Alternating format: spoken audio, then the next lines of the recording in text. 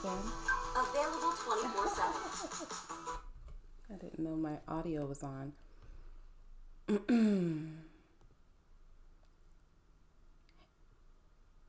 Hi, can you guys see me? Let me see.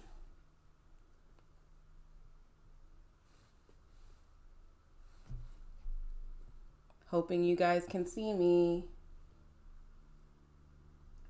Hey, Brandon Hicks.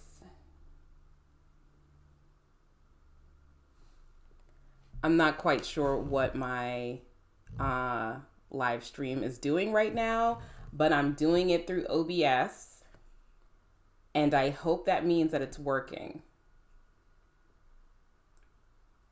So, like, just tell me that you can see me. Oh, loud and clear. Okay, so that means my mic is working as well. We made it to 10,000 subscribers. Yay! I'm so excited. I am so excited. You guys can see the channel intro is playing in the background behind me. The top of my head is missing. Okay, I'm not sure why that is. Okay, how about that? Is that better?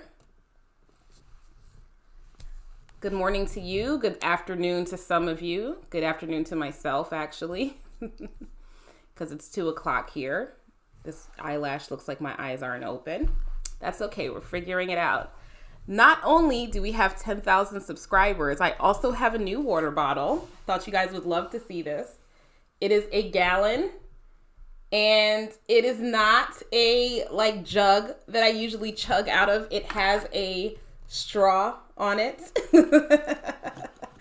I know how much you guys absolutely hated my gallon jug that I use. So you guys will see me taking a sip from that instead of, chugging that big jug of water.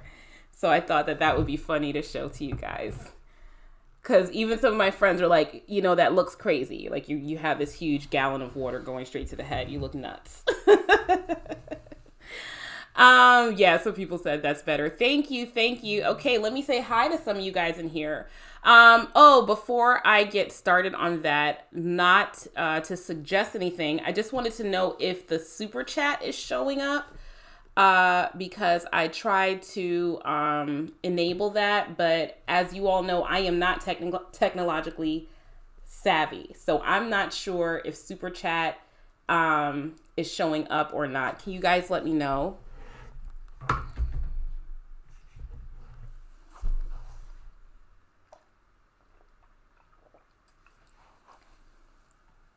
I can see it on my end, but I'm not sure if you can see it. Thank you. Okay, yes. All right, that's great. Awesome.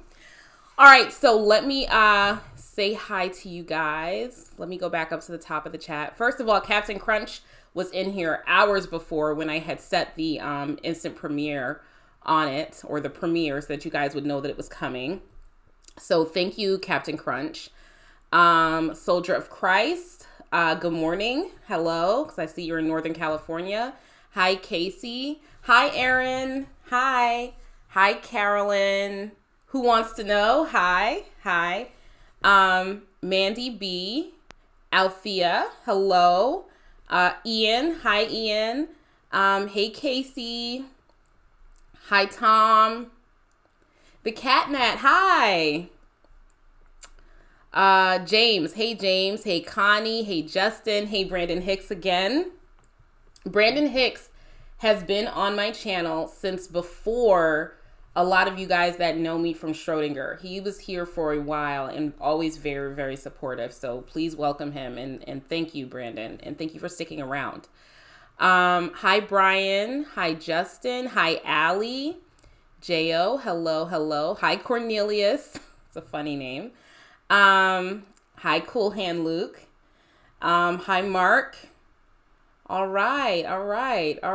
So I'll try to keep saying hi as I see you guys coming in.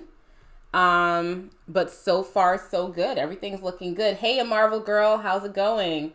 Whose birthday is it? Someone's birthday. Happy birthday.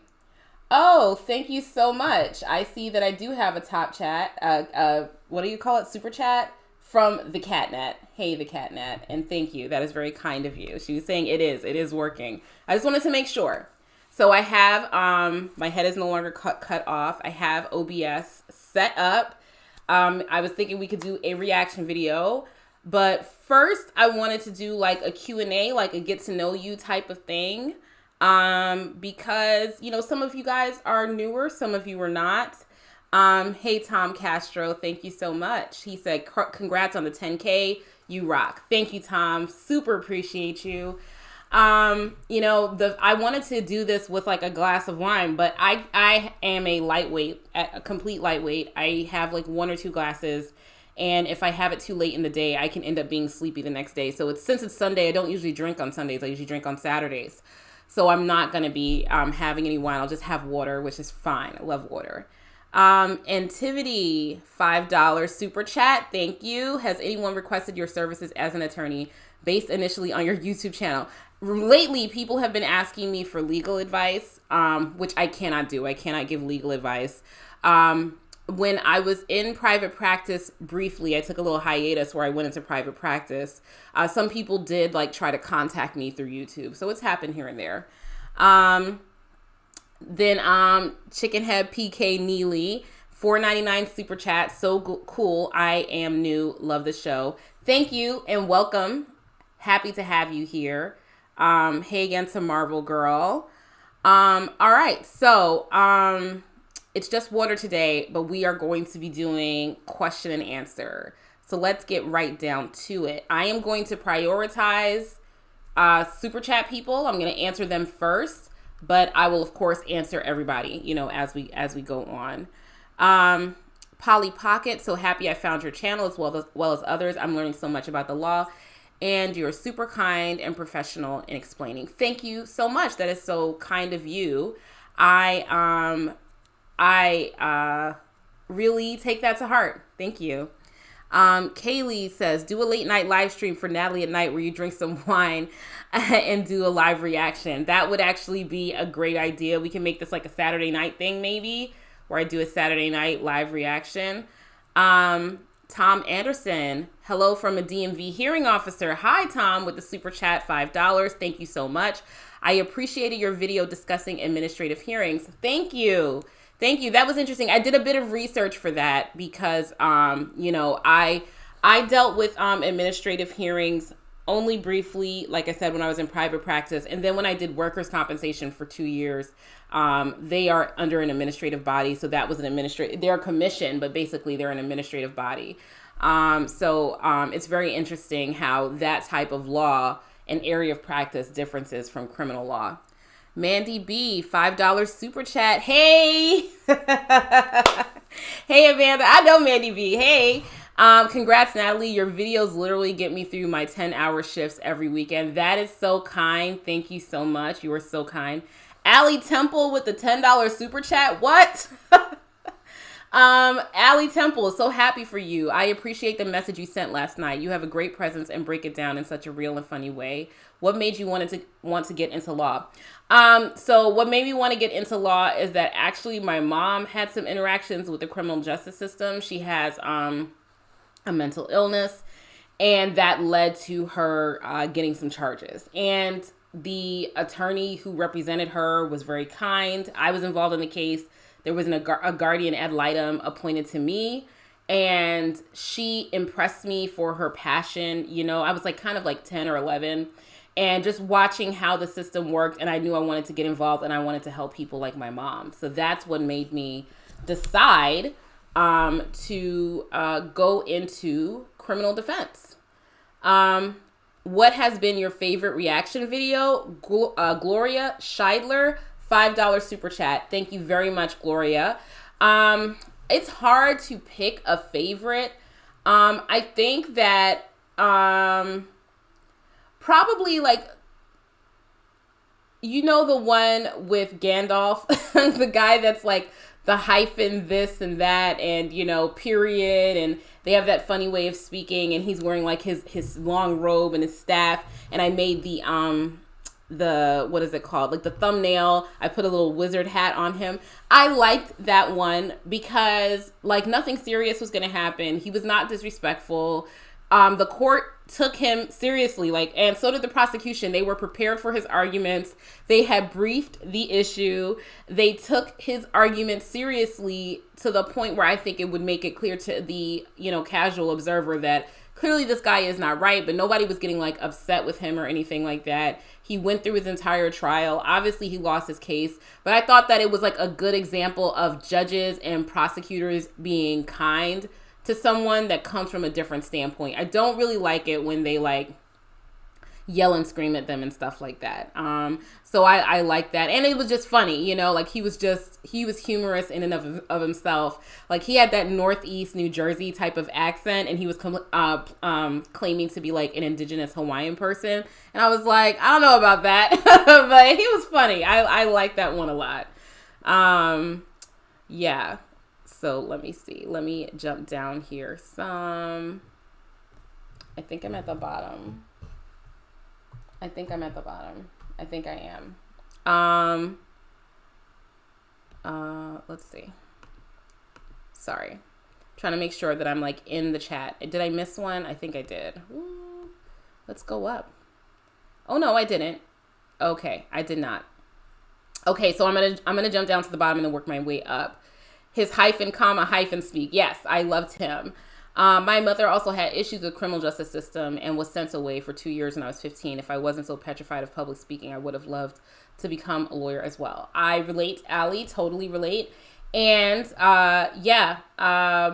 I was always extroverted, Funny, I say I was extroverted, but that's not 100% true. So I am extroverted when I'm on, right? When I am in a role, I am playing the attorney, right? I'm in court, I'm in trial, I am extroverted. But in, on the camera, I'm extroverted. I took theater, but in my daily life, I'm pretty, quiet. I'm pretty quiet. And a lot of my friends are a lot louder than I am. And I'm usually in the cut, laid back. I'm a homebody. I'm definitely more introverted that way. But my outlet is court and, performance. Retired corrections. This is from Chickenhead PK Neely with another super chat, $9.99 super chat. Retired corrections, I can't get over how they talk to judges. It blows me away. Yeah, it definitely blows me away as well, because if you're corrections, then you've seen how normal courtroom decorum is supposed to go. And, I've appeared in front of judges that I completely disagree with. I just don't agree with anything that they've said. And I can never imagine speaking to a judge the way in which some people do in these videos. Obviously, it's out of the norm, or else we wouldn't be watching it or interested in it. But it's really, really bizarre to see. Even worse, I think, is when the attorneys are acting up in front of the court, like the drunk lawyer and the attorney who was held in contempt in Zoom court because she was like, I bet you I don't. I bet you I don't come back again. She was rude with the judge, and the judge held her in contempt. That type of behavior I find more reprehensible than the average civilian who maybe has a very strange belief system, because we have volunteered to put ourselves in proximity to the court system. We volunteered to become attorneys, and so we should behave ourselves, with the level of decorum that is afforded to the court. Otherwise, don't do this job. That's how I feel about that. I'm jumping around.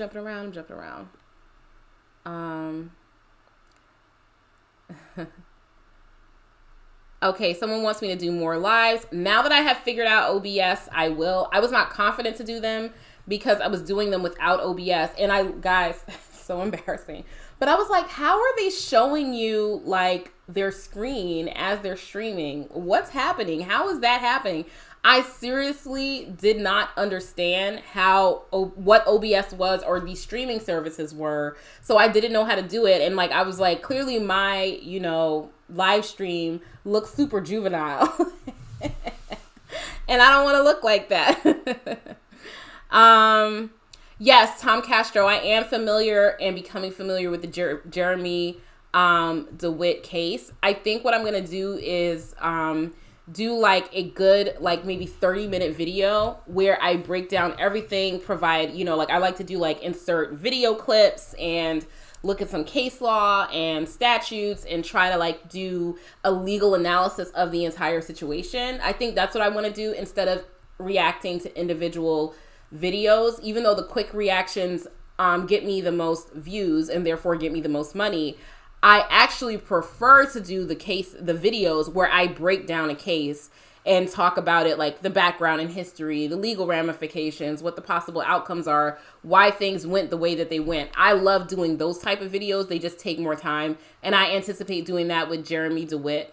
I also want to do one, strangely enough, about Ralph Nader, because he was that third party candidate that people think cost Al Gore the election, but he's also responsible for seatbelts and anti-lock brakes and what's the other thing I'm trying to think of? What's the thing that comes out of your steering wheel?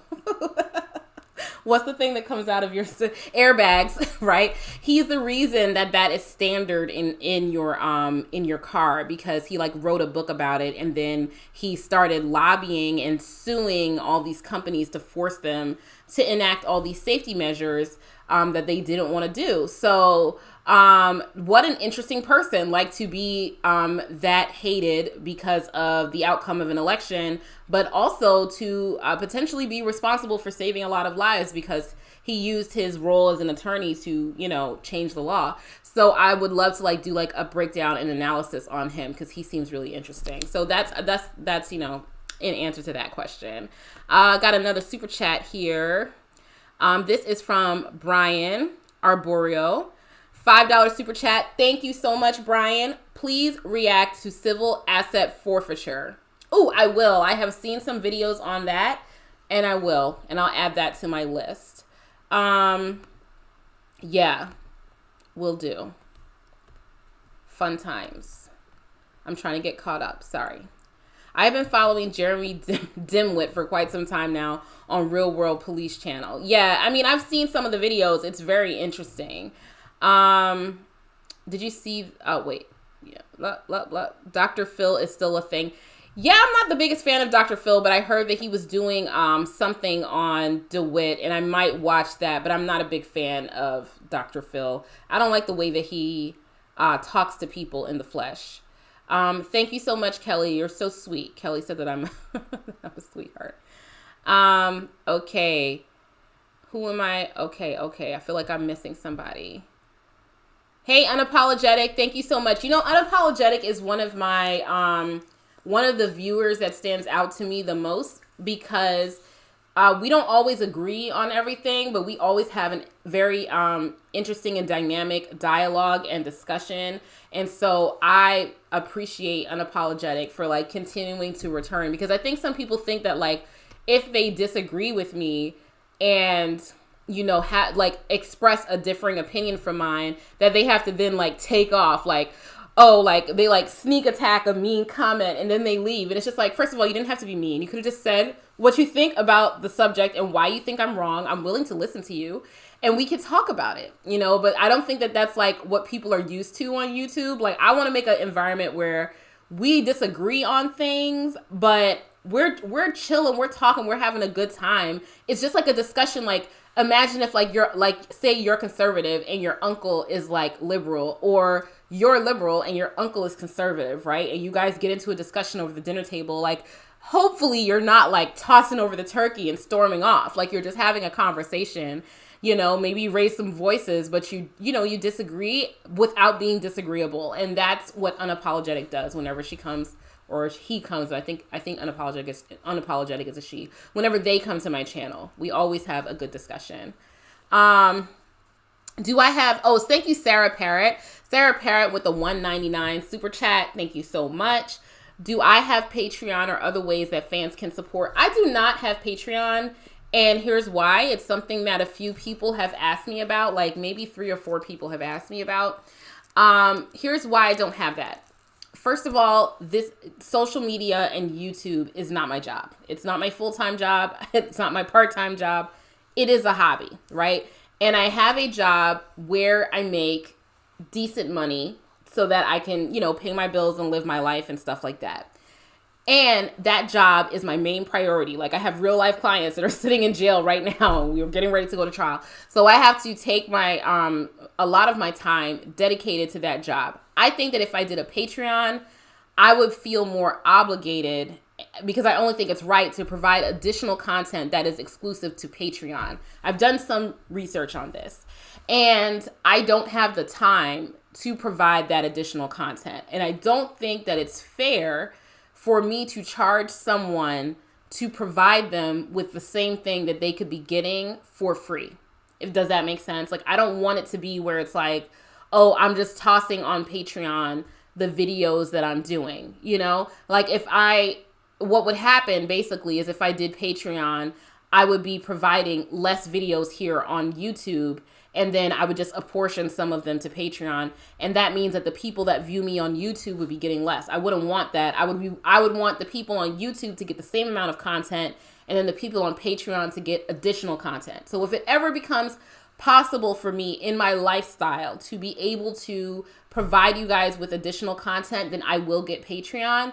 But if not, I won't, because I don't want the content here to suffer. And I've seen that with some YouTubers, where the content that they create for YouTube suffers, but that's fine because they're making their living through social media. And I think that they make more money on Patreon. I would prefer to stay here. And then if it becomes possible for me to produce more content, then I will push some stuff to Patreon. Okay. Let me see. Katrina Middleton, thank you for the $5 super chat. Thank you so much, Katrina. She says, congrats, Natalie. Thank you for imparting knowledge on to a chaotic world. Well, I don't think thank you, first of all, but I think I'm providing some analysis and some entertainment, and I don't want to like downplay myself or anything like that, but I just want to make sure that it's clear that the information I provide you guys, I try to be as accurate as possible to the best of my ability. I can make mistakes and not always be 100% accurate, especially if I'm reacting in the moment. But I always try to correct myself and listen to your guys' feedback. And I appreciate you for giving me that grace and for continuing to come back. I really, really appreciate it. Leaf 1999 says, hi, just found your channel. And I love you. Thank you so much, Leaf. That's so kind. Thank you, Casey, for understanding my reason for the Patreon response. Yeah, I am trying to get more relaxed. Oh, Radical was in here. Hi, Radical. Thank you. Congratulations on 10K subscribers. Thank you. Hi, a Marvel girl. Love your work. Keep it going. Thank you. I came across your channel yesterday. I am hooked. This is from Pete. I always wanted to be a lawyer, but I'm also lazy and have health problems. Thanks for being so smart, and your makeup game is on fire. Thank you so much, Pete. I really appreciate that. And there are so many ways to marshal your intelligence and your know-how that do not involve the practice of law. So I hope that you have a fulfilling outlet for your desires. Clarissa, I really have a genuine question for you. Does the U.S. Constitution and law is strong enough to hold against more attacks from several political people? Okay, let me read that again. I really have a genuine question for you. The U.S. Constitution and law, is it strong enough to hold against more attacks from several political people? Are you referring to the January 6th attacks? If you can just let me know if that's what you're talking about, and I'll try to expound. Oh, whoa. This message should not be held for review. Sorry, Aaron, they held one of your messages for review. Hey, Radical. Hello from Massachusetts. Hi, Bob. Let's see. I feel like I'm missing stuff. Oh my goodness. I feel like I'm missing stuff. If you come to the Netherlands for holidays, do a city trip. The country is tiny and you get to see many different local customs. I went to Amsterdam in 2004. Does that count? There were a lot of Rasta cafes there, and I was just trying to find real tea, and I was having a hard time with that. If anyone's ever been there, you know what I'm talking about. What was your reaction the first time you ever saw a sovereign citizen video? I remember my first time watching one and thinking this can't be real. That comes from Mark Baggett. Mark, yeah, I actually do remember because you guys have my husband to thank for me doing these reactions. So I had, my husband had been like going through, like watching all these YouTube videos on our TV downstairs, and he was just laughing his behind off. And I go downstairs, I'm like, what are you laughing at? You know, this was a few months ago, and he goes, oh, it's the sovereign citizen. And I was like, what is that? And he played me one, and I was just dumbfounded. That's what I remember. I remember being dumbfounded. Like, is this real? Like, I was like, no, this is not real. This is like a satire or something. And he said, no, it's not satire. It's definitely real. And so I was in absolute disbelief. I don't even think that I could laugh the first time I saw it because I really didn't believe that it was real. Like, I didn't believe that people really felt this way or believed this way. I was in disbelief. Okay. Amsterdam is just an even tinier part. Hee hee. The rest of the country is so much different. Okay. All right. Well, once I'm able to travel again, you know, I am going to, because I love to travel and I've been quite a few places. I do intend to take a trip back to the Netherlands. My brother actually likes it there a lot. He's been several times. Belgaroth asks, I'd love you and Andrew from the Opening Argument podcast to do a collab. You guys would be interesting playing off each other, watching crazy sovereign citizen videos. Oh, that sounds interesting. I have not listened to that podcast, but I should check it out. I think someone tried to connect us on Twitter, but they never like reached out to me. So, but I'll go ahead and check them out. Oh, I'm sorry. Let me rephrase. Thank you, Clarissa. Thank you for rephrasing. Do you think the U.S. law and constitution is able to defend itself against threats from several politicians and parties? Yes, e.g. the 6th of January.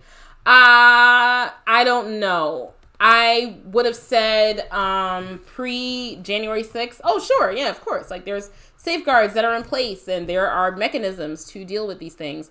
I think when it comes to like individuals and outside groups doing things to harm our country, we have an easier time dealing with and conceptualizing how to deal with those things. You know, you have criminal prosecutions, you have international courts, you have a whole bunch of different ways to deal with them. But when the issue is from within or like from the leadership, I guess that we're not, because the way to deal with it is political, I guess that we're probably not equipped. There can be criminal prosecutions for the higher up levels. I don't know if anyone's going to be pursuing them. So I don't know. I'm not as, I guess like kind of my idea that we had systems in place to take care of these things, has kind of been shaken because although the systems are in place, you have to have people that are willing to use those systems. And it doesn't seem like there really are. So that's my opinion on that. Thank you for rephrasing your question because it makes it a lot more easy to understand now. Okay, so who wants to know? My brother went to, okay, we're still talking about Amsterdam.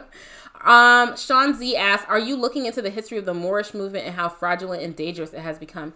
Yes, I am actually. I've done some research and it's not just the Moorish movement per se. My understanding is that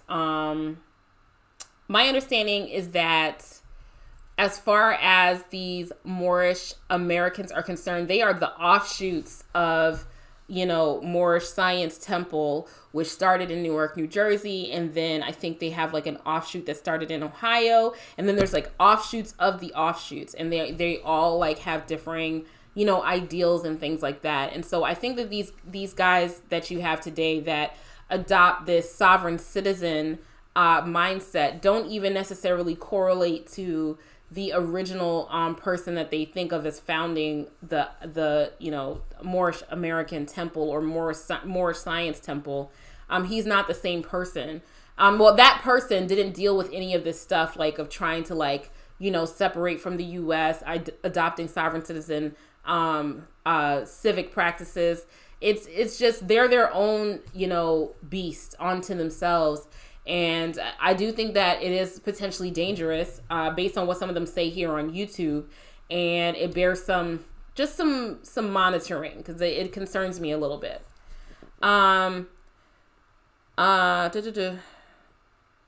Okay, so Marvel Girl did a study on the Moors using what's called the bite model, and she thinks it's a cult. I think you're probably right. You know, I need to do some more research, but I think you're probably right.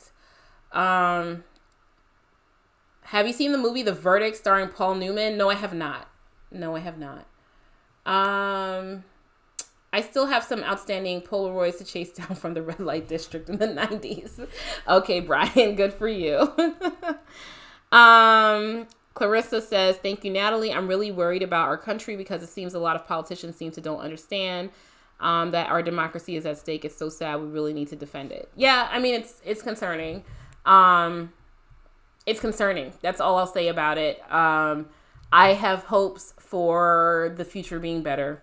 And the generation younger than me seems to be more civic-minded, more, they care about their fellow human being. So maybe the next generation will do better than what my generation is doing. I don't know. Not a Brat asked if I would be able to do a flat earther reaction. That is a whole new rabbit hole. Yeah, so I was thinking of starting it by picking the brain of that doctor that Schrodinger knows. He sent me his information, and I'm going to ask him about flat earth theory and stuff like that. And not theory, conspiracy.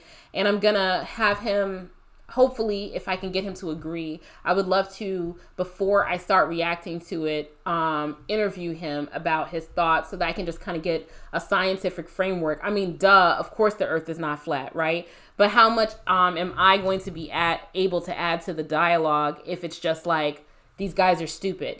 That's why I feel like I add something to the dialogue when it comes to the sovereign citizens that I can't necessarily do with flat earthers, because I don't know the scientific terminology. But of course we all know that the earth is not flat, right? And so I just feel like I'll be afraid that I'll be getting frustrated and just be like, these people are idiots, and then stop filming,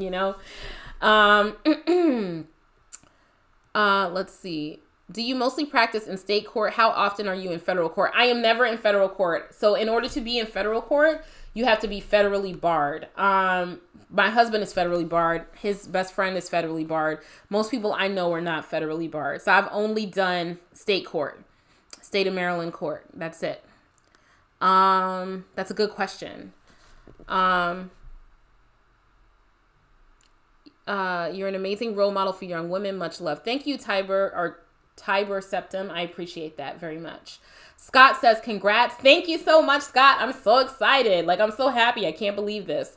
So Kelly's about to go to brunch. Happy brunching, Kelly. Be safe.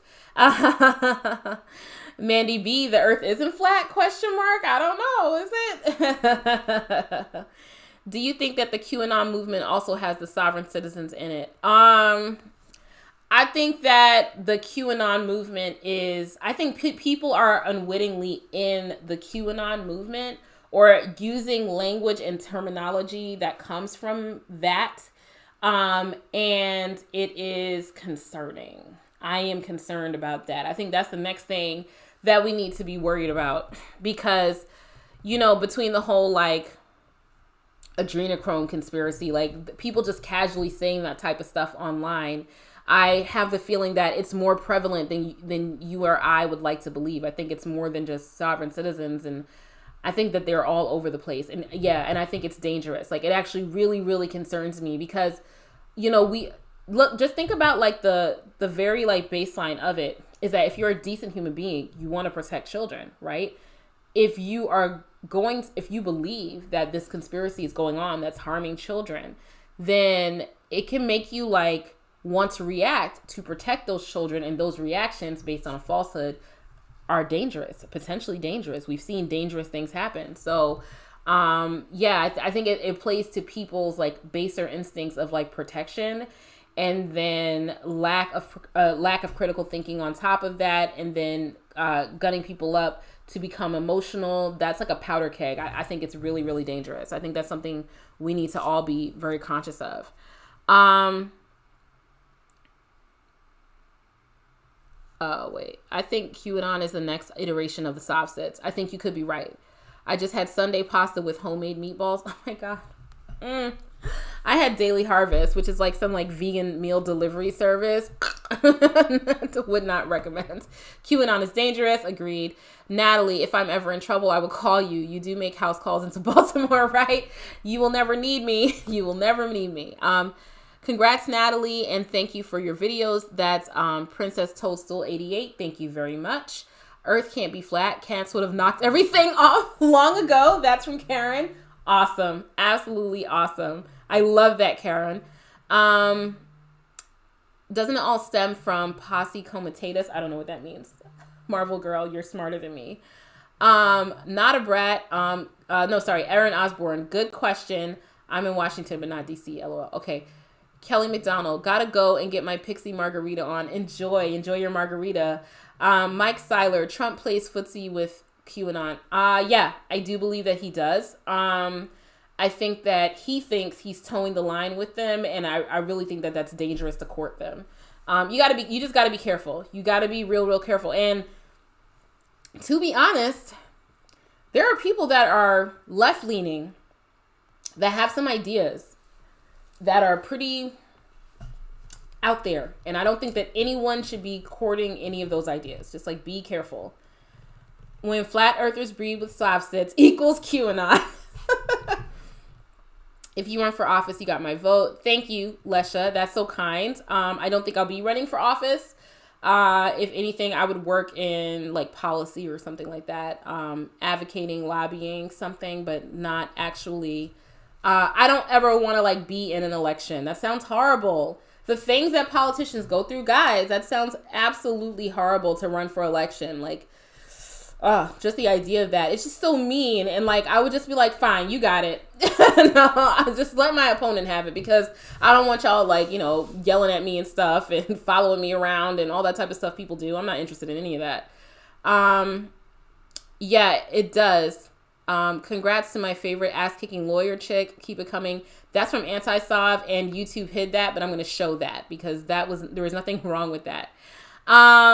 Quick question. I'm from the UK. This is from Princess Toadstool.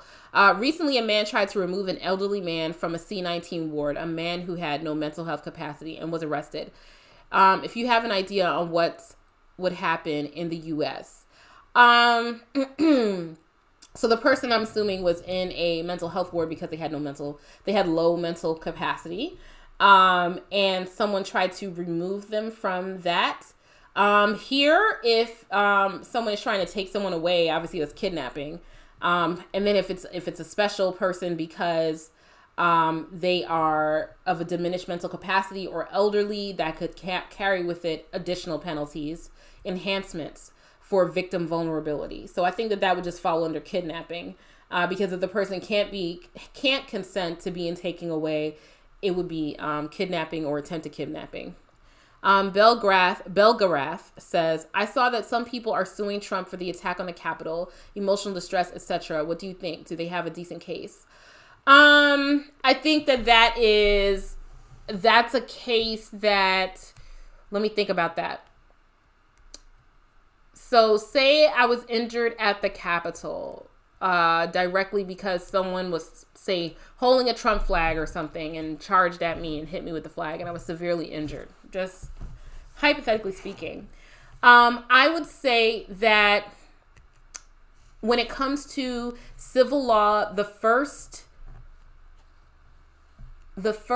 principle of negligence, which is what it would be, I think, a negligent tort and not so much an intentional tort, because he did not say storm the Capitol. He didn't say that. He didn't say storm the Capitol, beat them with your poles, kill people. He didn't say that, right? They say that he said things that incited that, but not that he said that. So the question then becomes, is it reasonably foreseeable for negligence that the harm that was suffered by this third party, would have been suffered? Could Trump have reasonably foreseen that third party individuals, people that were not, the Congress, people that were not his supporters, would be harmed because he told them to go down to the Capitol, show them strength.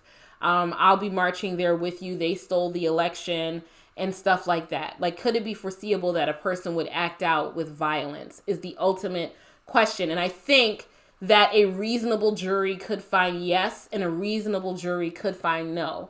I don't think that there's really a question of whether or not he owed a duty of care to the general public, because he was uniquely situated as the president of the United States. So for a negligence tort, you need to have a duty of care was owed, that they breached that duty of care. I think he would have breached the duty of care because of the things that he said, not only on the day of the insurrection, but before then, trying to say that the election was stolen, that he wouldn't commit to a peaceful transition of power, potentially.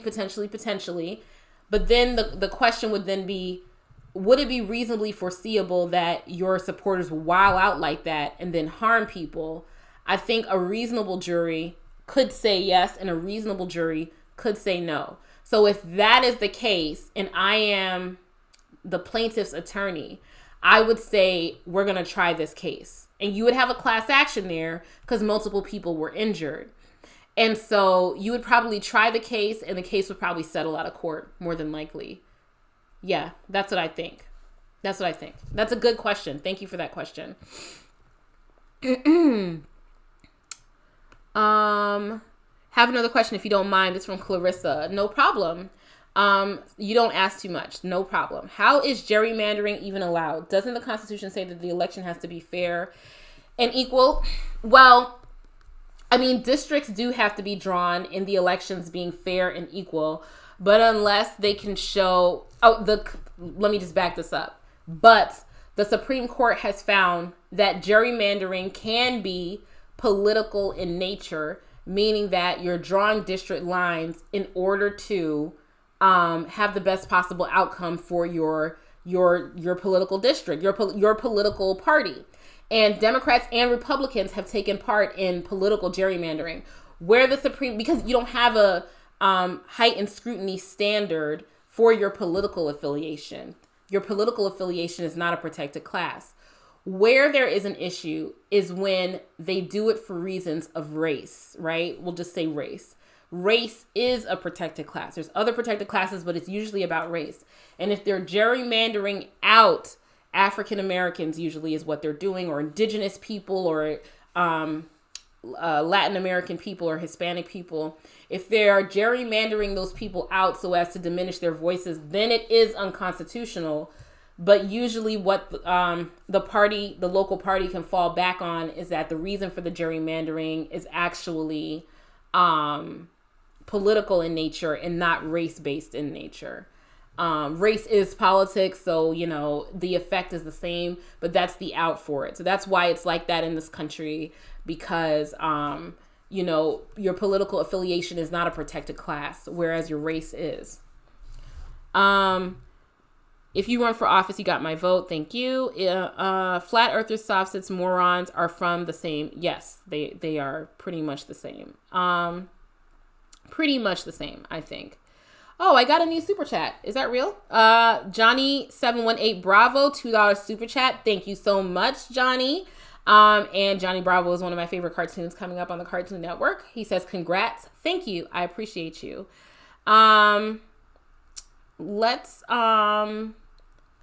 They are the beginning of the sovereign citizen movement. I have a guy you should talk to, Juan Galt. He was an OG soft sit posse. Oh, definitely want to talk to him.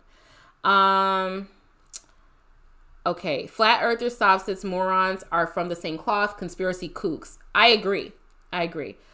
Do you believe the judicial system, this is from William Brown, is designed to give you justice or a shot at justice? Ooh, that's a really, really good good question. No, neither one. Okay. I think that the judicial system is ever evolving towards affording people justice, right? And it's maybe one step forward, two steps back on the progression towards justice, but we're not quite there yet. So it's not so much, that there's even a shot at justice. Because if you really do think about it, like if you're charged and you're innocent, the rigmarole that you have to go through, the potential of a wrongful conviction, you're screwed. If you think about it as being the victim of a crime, the amount of scrutiny that you have to go through, you're screwed. If you think about the process of what the police are allowed to do and are not allowed to do, there's both sides of that argument where you're basically screwed. So I think that the justice system inherently came out of a system of oppression. It did, and that every day it has to evolve away from what it originally was. You know, when we have a justice system that was born out of loitering laws were created in order to keep African Americans from having access to public spaces. If we start with that very baseline, you know, just like criminalizing Black people's presence in places, criminalizing Black attendance at colleges and universities, then obviously the justice system as it was originally created was not created for justice, right? The way that it traditionally treated women of all races, not created for justice. So it is every day, I think, progressing towards the goal of justice every day. In my opinion, it gets better. Have you ever represented a soft sit? Only briefly, because usually they'll fire me by the time it's time for them to go to court. They don't want our representation. They don't want my representation. They definitely have never hired me as a private attorney. And that question was from Allie. Thank you, Allie. Casey asked, are you going to react to videos today? Yes, I have a video that I'm going to pull up right now. I think I was just going to try to get through your guys' questions, and then I will be doing that. Posse C was a neo-Nazi far-right group who first brought many soft-sit arguments in the 80s. Oh. Well-deserved, Natalie. A toast to the next 10K. Thank you so much, QZOPR1. I keep saying it, but we really need a deep dive on civil asset forfeiture. It's real, and it's billions of dollars listed by the average citizen. I agree, Brian. Absolutely. A lot of my clients lose their belongings through civil asset forfeiture, and it's a problem. Cheryl Wade says, congrats on 10,000 subscribers. I love watching you. Thank you so much, Cheryl. Appreciate it. Late to the chat, but congrats. That's from Ruby Rose. Thank you so much, Ruby. CW Ferg, love watching your channel, and Steve Lato about different views on items. Thank you very much. Someone else like Steve, so I'll have to check him out. Yeah, guys, please make sure that you hit the thumbs up button as you come in. I appreciate it. John Miwa says Trump could not have foreseen that the mayor of DC would decline additional police forces on January 6th, but Trump absolutely committed crimes after the rioters breached the Capitol. Yeah, I think that another argument could be that in favor of finding that it was, a breach of his duty was that after the Capitol was breached, it took him so many hours to send in the National Guard, even though they were requesting that he do it. So did he have a dereliction of duty after the Capitol was breached is another question, which again, I can never 100% say I have the answer, but that's definitely a case I would take as the plaintiff's attorney. Along the same line, should politicians who vocally supported and encouraged the riots in Portland, etc., be held accountable? Yes, if anything that they said could be tied to the death or destruction of property, I think that it's equally fair that they also be held accountable. That was from Cool Hand Luke. What law school did you go to? Renahu asked. I went to Cardozo School of Law, Benjamin and Cardozo School of Law, which is located in New York, in Manhattan, New York, on 5th Avenue. Brian gave me some thumbs up. Thank you, Brian. It's only 1:38 p.m. here. Oh, see, they always do that to me, where it forces me to go all the way down. I'm so sorry. Are the police and law enforcement changing their process when dealing with soft sits nowadays? That comes from Adrian Humphreys.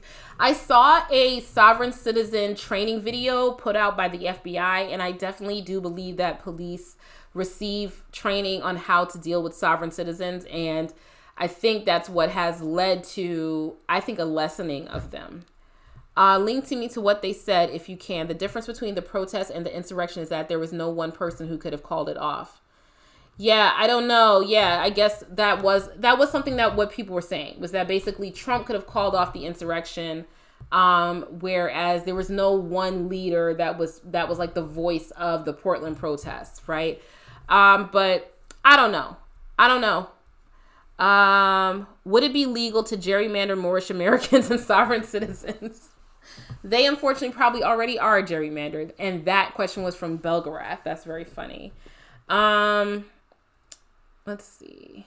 If you don't believe in the U.S. Constitution, then work to fix what you don't like. If you can't do this, just leave.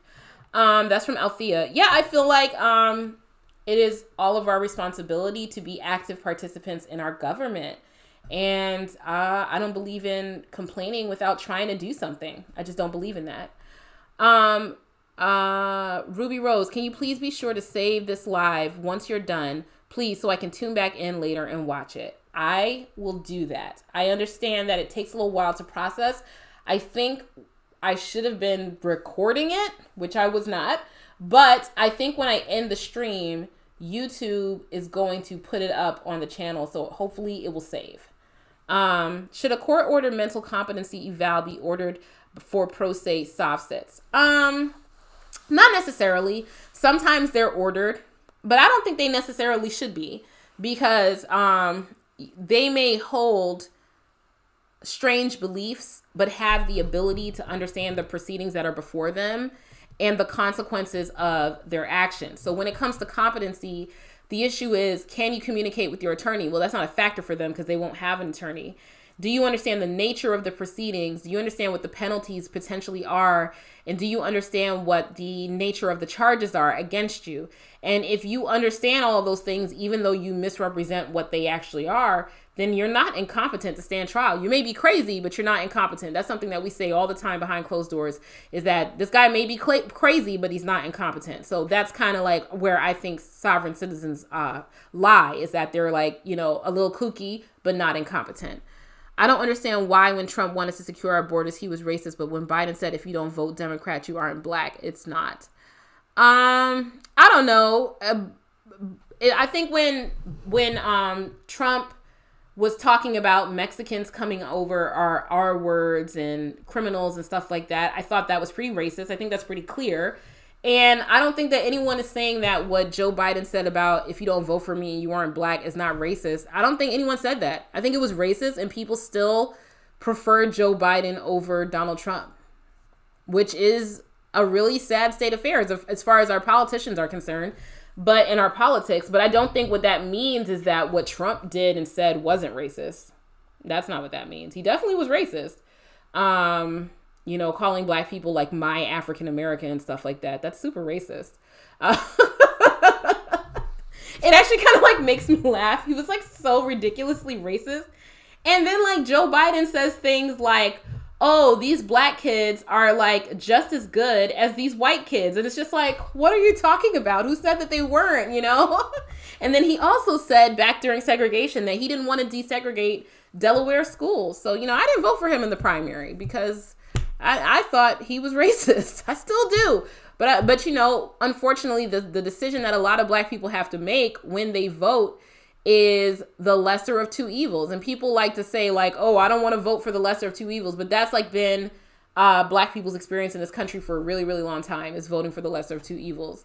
When he said, if you don't know what he said, he didn't say, if you don't vote for me, you're not black. He said, if you don't know that I'm for the black community, then you're not black. That's what he said.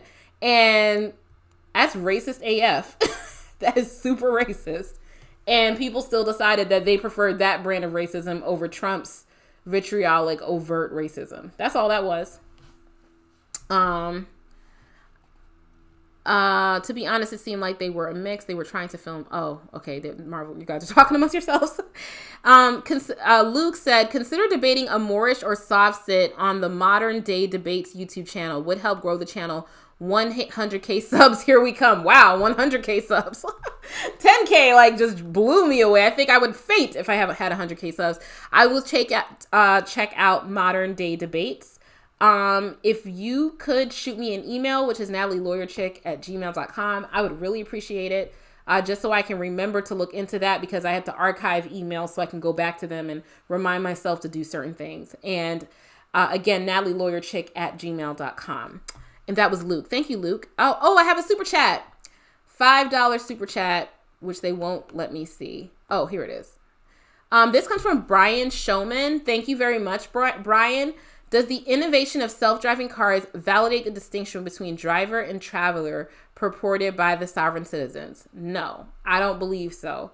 Because you have to be I've been in a self-driving Tesla before. You have to be ready at all times to take over control of the car. Like, you have to be ready.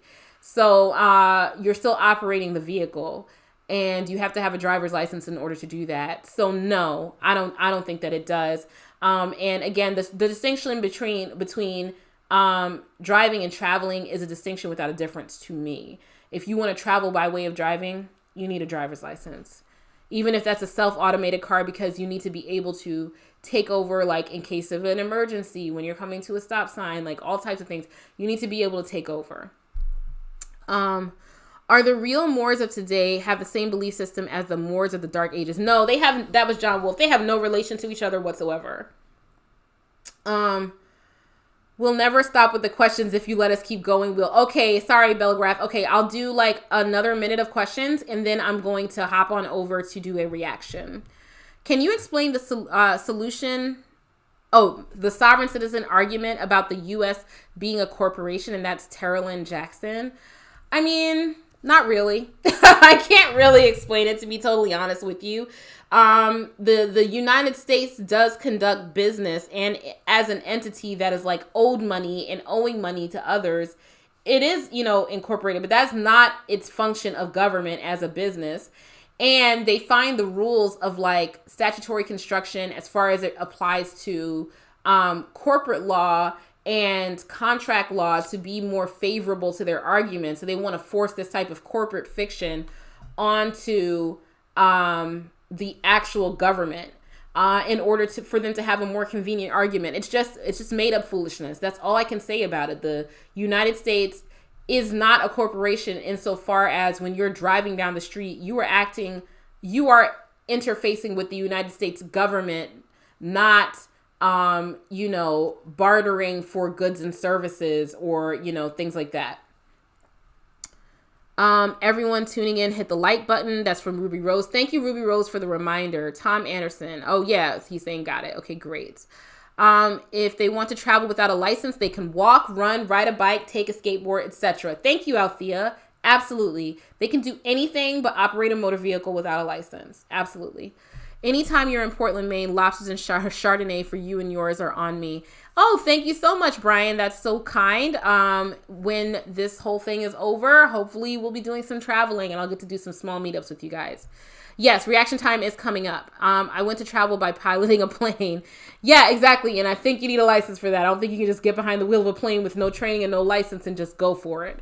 All right. So let me get ready to making sure I'm not missing any live streams. Do a reaction. Okay. All right. So I need you guys. Oh, wait. I need you guys. This is my first time doing this, so I hope I do it right. I need you guys to tell me if you can hear me and the video once it starts up. Here we go. I'm scared. I'm nervous. No. Okay.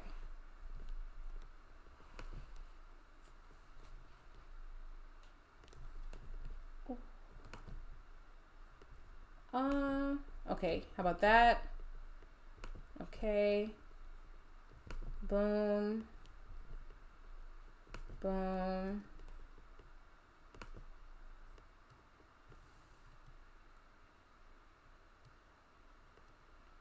Okay.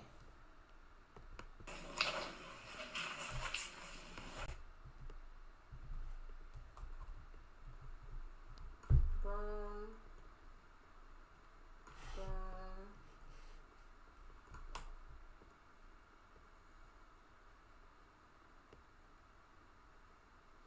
I'm still here.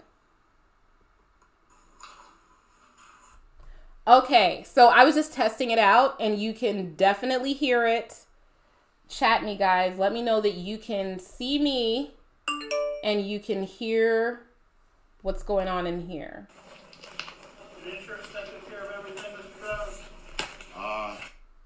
Okay, I'm checking your guys' comments. Hear you fine. Great. We hear you and the video. Yes, awesome. Thank you so much. Okay, so I have two laptops set up so I can actually know what's going on here. Thank you guys for bearing with me. Like I said, this is my first live stream. So we are reacting to Sovereign Citizen Gets Owned by a Judge again. Have not seen this video. It is 9 minutes long. Let's get right into it. Let's start from the beginning.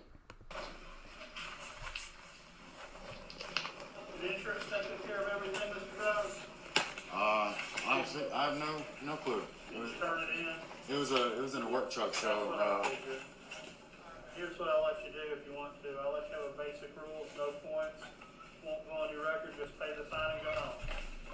Would you like to do that? Okay, so let's just start with the fact that what is being offered to him is you just do what you're supposed to do, right? No fines, no points, and you can just go home. But he wants to drag this out and turn this into something ridiculous because he has to make a point about being a sovereign citizen. It just seems really inconvenient to be a sovereign citizen, you know? Like, it seems super duper inconvenient. I know that I would just prefer to have no points on my license and not have to pay a fine and go home. But clearly, that's not what he wants. So let's see what happens here. I've actually got a couple points of clarification for the judge. You can have a trial for those. Would you like a first jury trial or bench trial? I have every intention on pleading guilty today. It's just Once a new sovereign citizen, it's not new, it's new to me. This sovereign citizen thing that they like to say where they're like, oh, I have every intention of pleading guilty. Not because they actually want to plead guilty, but because they think that it's going to like entice the person that they're talking to, the judge in particular, into engaging in this long dialogue with them, hoping to extract a guilty plea from them. And it's like, no one is hoping that you plead guilty, like other than the prosecution, obviously, but the judge has no interest in you pleading guilty. Neither does the clerk, right? We just want to know, neither does the defense attorney. We just want to know what the next step is going to be. Are you going to be taking a plea? And if not, what are you going to be doing? You know, nobody cares about, you know, this nonsense that you've just, you know, made up. I've got a couple points of clarification for the judge. A point of clarification is not a real thing. What you're doing is you're asking the court for legal advice. And that is not the judge's obligation. It's not the judge's job. The judge's job is simply to make rulings on the law and make findings of fact. If you have actual legal questions, you should ask an attorney and hire an attorney. The issues that you want to raise with the judge would be properly before them if you make an objection, but points of clarification is just a made-up sovereign citizen term. It has no force of law. Here's my deal. Okay, you can do that. You go over and plead guilty to the basic rules over in courtroom 3. All right.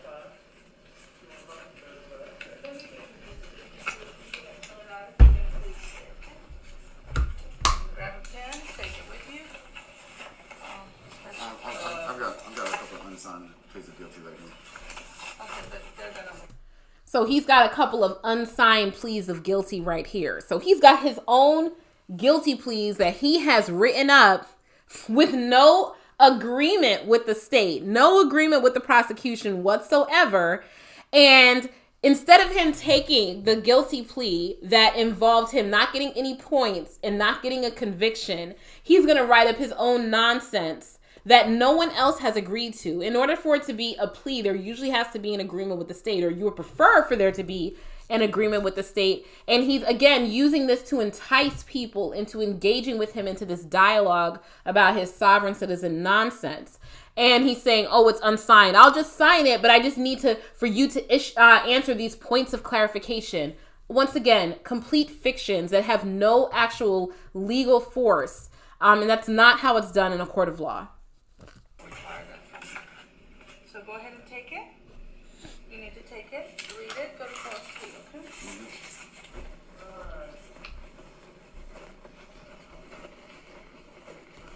Ooh, just going to point out, so now he's been sent to the judge. But I have a $5 super chat from Brian Showman. Thank you very much, Brian. Does the innovation of self-drive... Oh, he already told me this. So why did they send it back up? I already answered that question. Kinks, working out the kinks.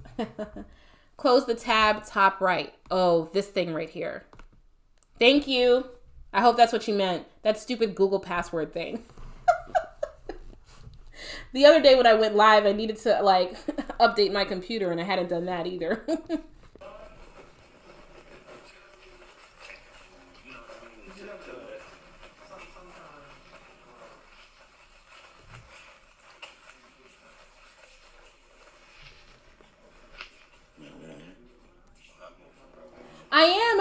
reading the chat. I am reading the chat. Am I missing something? Oh. This is right out of the Mark Stevens playbook. Yeah, I mean, these are the things that, if you guys remember, when Mark Stevens had that administrative hearing where he was like a representative at the administrative hearing, and he kept saying points of clarification, and the administrative hearing official was just looking at him like, what are you talking about? Because that's not a real thing. That's not a real thing. Either make an objection or don't, but you don't ask the person who's the finder of fact to explain anything to you. You're supposed to be explaining to the judge how you interpret the law and the facts. You're not supposed to be having them explaining the law to you.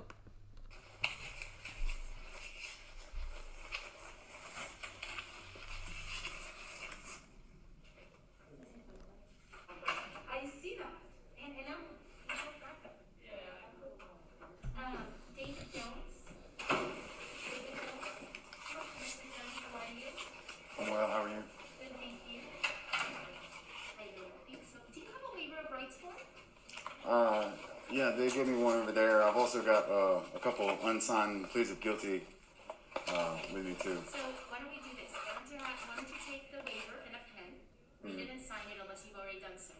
I mean, I have every intention on pleading guilty today. I just have a couple clarifications I need for Okay, so one moment. Everybody has to have a waiver of rights form. Todos tienen que tener una hoja de renuncio de derechos. ¿Sí los tienen? Everybody has to have one. Yes? If you don't have one, my clerk has it. They don't come up here without reading it and signing it. Okay. All right. Go ahead, sir. I'm all ears. Okay, do I have the right to a fair and meaningful hearing here today? That's what the waiver of rights form is for. So the waiver of rights form is so that it can explain to you what your rights are and whether or not you're giving up those rights or not by entering into a plea. Because they sent him to the plea judge. Okay, so we do this in my state as well. We do advice of waiver of rights form, right? So they have triaged his case out because he does not want to have a trial. And he said that he has every intention of pleading guilty, which we know he actually does not. He is just trying to entice them into listening to his jurisdictional arguments by dangling the carrot of, oh, I anticipate that I'm going to plead guilty, right? If you were actually interested in pleading guilty, the advice and waiver of rights form would tell you that you have the right to a trial. You have the right to a fair and impartial hearing. You have the right to an attorney. You have the right to this. You have the right to that. And that by entering a plea, you're giving up all those things. Are you doing so freely, knowingly, and voluntarily? They have those forms. And of course, you can ask questions about the form if you don't understand. You can, right? But the questions would be more properly directed towards your representative, towards an attorney, instead of being directed towards the judge who is not there to explain the law to you. So, sir, today is your arraignment, and you have been charged with the offense of following too closely. That's it. It's my understanding. That's to the prosecution. That's it? Following too closely? That's it? I mean, how ridiculous that all these people, I think Mandy pointed it out best. I feel so bad for everyone that was literally just trying to get this done before going to work or just going about their day. That would suck, right? Being stuck behind somebody with this foolishness. And he only has a payable traffic citation of following too close. And he's trying to turn this into a diatribe about his sovereign citizen belief system. And the prosecutor has agreed to reduce your charge to basic rules violation for a fine. Are you willing to accept that today or not? Like I just said, I have every intention on doing that. I just had a couple clarifications. The first one being, do I have the right to a fair and meaningful hearing here? Kick him out. Of course, I mean, this is a court of law. Of course, I have to treat everybody equally. But the question to you is, if you're not going to take a plea, then I have to reset you to another day if you want to try. So those are your two options. Well, like I just said, I have every intention on pleading guilty. Okay. So that was a yes. I do have the right to a fair and meaningful hearing here today. Of course, everybody does. All right. Do I have the right to be informed of the cause and nature of the charges? Oh my God. I'm sorry? I'm so mad at myself that I'm starting to recognize this script almost word for word. This has no legal effect. It has no legal effect whatsoever. That's what the advice and waiver of rights form is right there. This formula that they keep reciting to courts is not helping them. They're not getting out of cases by reciting the spell at them and then poof, the case is gone. It's not working. Do I have the right to be informed of the cause and nature of the charges I and just did that, sir. It's an arraignment. That's right. So, And I'm sorry to keep stopping this, but like she just said, he's asking for things that he's already received. Do I have the right to fair and impartial proceedings? Yes, I just told you that. That's what I'm giving you. Do I have a right to be informed of the charges before you? I just told you what your charges were, but he's not listening. He's not listening. He's waiting on his opportunity to say the next bullet point on his script that he paid $9.99 for. just telling me what the charges are and what the prosecutor wants to make a deal with me, that's informing me of the cause and nature? Yes. I still have a couple more clarifications. Why don't you sit down, sir, have a seat, and then I'll take you up in just a few moments, okay? Absolutely. Absolutely. I love it. Let me talk to you guys for a little bit. Absolutely. They're hoping to go viral. Absolutely. Sit him down until the docket is cleared, except for him. Totally agree with that. I've seen this, but this judge is incredibly patient. Oh, you know, I love when they're, someone said, LOL, $9.99. I love when they are patient. I really, really do. But sometimes, like, it just gets so tiresome to watch them abuse the process like this. It's so unfair, you know? The procedural part that you explained, Natalie, is that I really appreciate about your commentary. Thank you very much, Ruby Rose. All right, let's pick back up. Ma'am, you just said that I had a right to a fair and meaningful hearing. How is this? Sit down. And if you're telling me to sit back down. I need you to sit back down, sir, please, and I'll be with you in just a few seconds.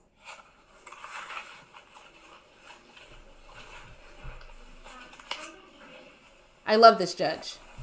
I love this judge.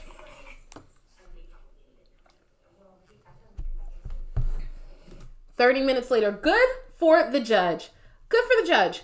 She got rid of him.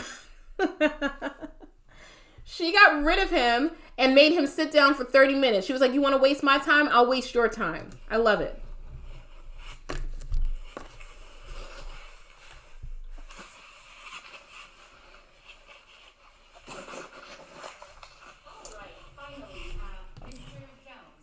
Finally, she held him to the very end of the docket. Good for her. He doesn't get to perform in front of all those people, because that's another part of it, I think.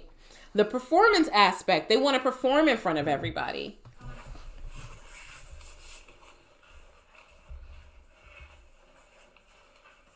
All right, sir. Now, let's see. You do have your waiver of rights form. If I may please take that from you.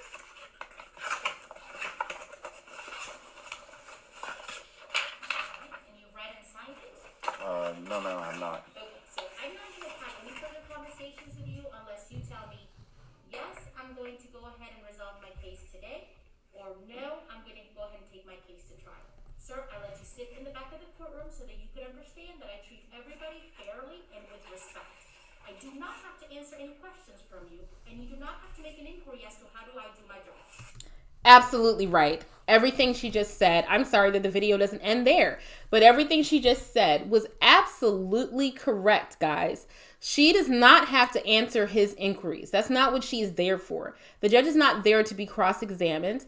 And as long as she's treating him fairly and impartially, which she is, she has the right to conduct the conduct of her courtroom as she sees fit, which she just did.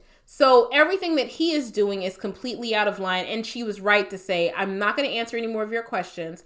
Are you going to plead guilty, or are you going to set your case in for trial? Yes or no, and leave it at that. I love it. So, sir, I'm going to ask you one last time. Are we going to resolve your case, or are we going to have a trial? Ma'am, earlier you admitted that I had the right to a fair and meaningful hearing and that I had the right to be informed of the cause and nature of the charges and proceedings against me. I'm not yet fully informed. I did that, sir. I had your rating. I said, sir, you're charged with the following too closely. You and the prosecutor have talked. He's agreed to amend that charge to a basic rules violation with a $215 fine. I have no further duties to you other than to tell you what you're charged with, sir. At this point, I'm going to ask you one last time.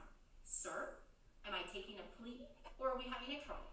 I still have some clarifications. I do not have to answer any of your questions, nor do you have to make a query on how I do my job. So, sir, one last time. Am I taking a plea, or do you want a trial? Objection, point of clarification. Are we setting your case for a trial? Hold on for 1 second, Your Honor. Pardon? Can I speak with him in the hallway? Of course, go ahead. Mr. So now the hold on, let me see. Harry is an attorney.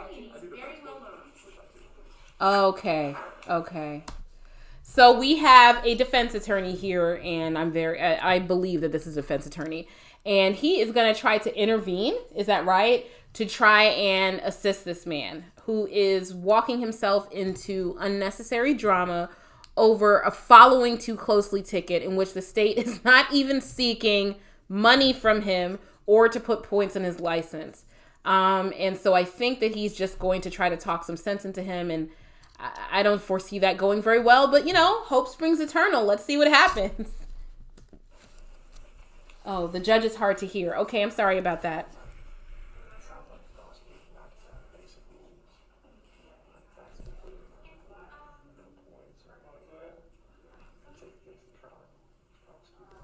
I told them I had every intention on putting guilty here today, paying my fine, and leaving with my freedoms.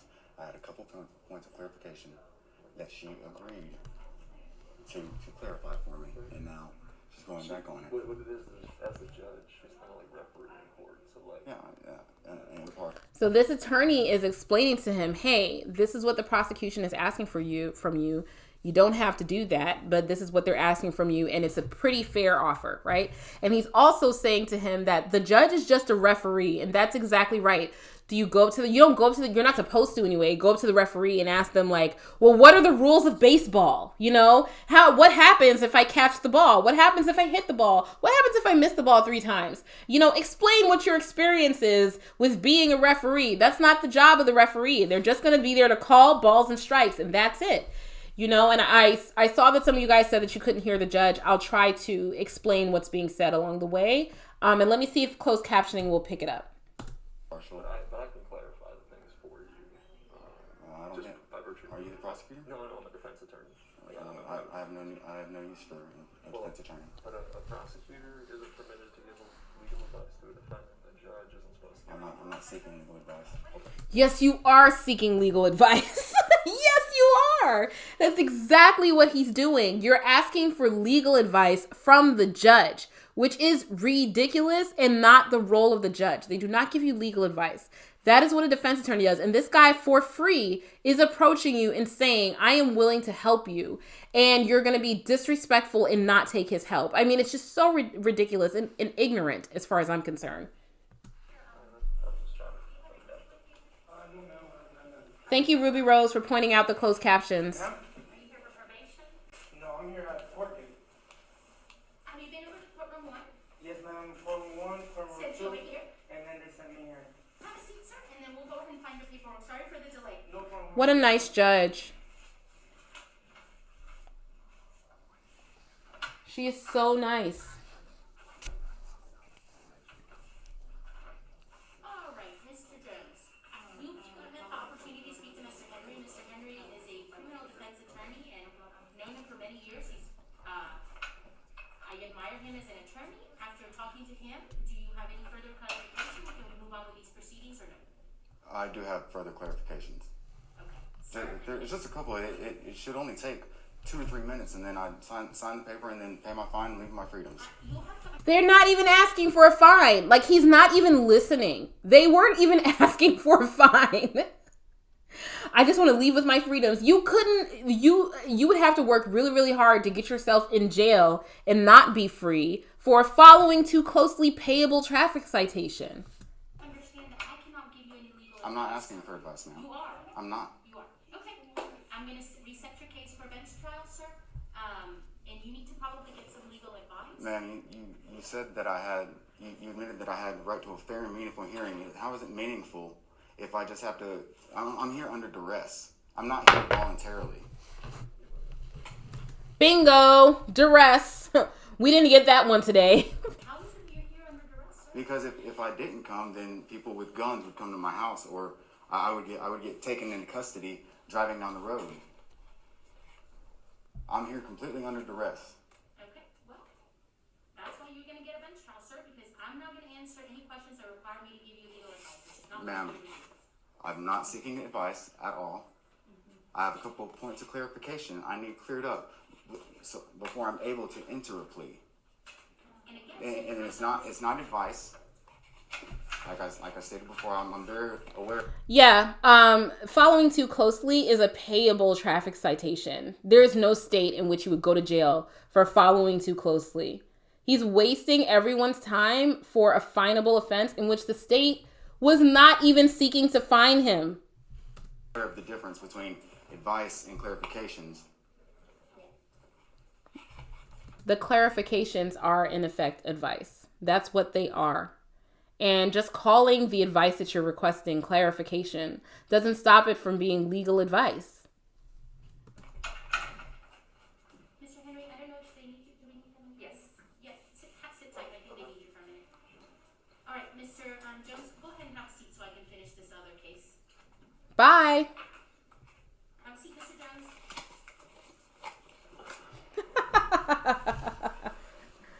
Oh my gosh. Oh, that's it, Mr. Jones. Yeah, his case definitely got reset. It definitely got reset. There's no question about that. Yeah, guys. So I did it. Hey, Deborah Peterson. Hi. Why would they show up at his house with guns? That's an amazing question. So if you fail to appear in court, you then have a warrant for okay, but no, here's the other thing. Sorry, one more thing. Someone said that they were like impressed with how professional the judges remain, because if it had been them, they would have told him to like shut the F up. Me too. Like, that's why I cannot be a judge. I think in real time, I don't know why they retracted the message. I want to see the message. But I think in real time, I would like lose it with these people. That's so crazy to me. But what was I just saying? Yeah. So somebody was like, why would they even come to his house with guns? Okay, here's the funniest part. For things that are just payable traffic citations in most states, I can't say for every single state, but in most states, you do not have to go to court for payable traffic citations. All you have to do is pay the citation, right? You'll get the points on your license, you pay the citation, but then you don't have to come to court. But if you request a court date so that you can fight the citation to try and avoid getting the points on your license and having to pay a fine, right? Then you get a court date. And if you don't show up for the court date, you get a failure to appear, which can potentially result in a bench warrant. So for just a payable traffic citation, in order for you to get a bench warrant, which can be served on you and police can come and serve it on you and get you for it, but they usually won't for traffic. In order for you to get that bench warrant, you had to have requested the court date. You requested the court date that you failed to appear for that made the police have to come and get you for you to come to court. I mean, once again, you're not being coerced here. You just didn't have to ask for a court date. If you had every intention of paying the fine, then you should not have asked for a court date, right? That's not what people do when they have every intention of paying the fine. You don't want to pay the fine, or you want to avoid the points, or whatever the case may be, or you think that the officer was totally wrong and you want to have a trial. But unless you request the court date, there is no court date. So he made it so that he would be in court. Because all it was a payable traffic citation. That's how ironic the whole thing is. Sovereign citizens have the right to remain silent. They just don't have the ability to remain silent. I agree. They should charge him $5,000 for his foolishness. He could be out with $0 and it would be just fair. Yeah. Agreed. On the flip side, I'm impressed with how professional. Yes, agreed. He's under whose dress? That's from Aaron. Hilarious. Mandy's are the best. Yes, they are. Unless they're soft sits or flat earthers.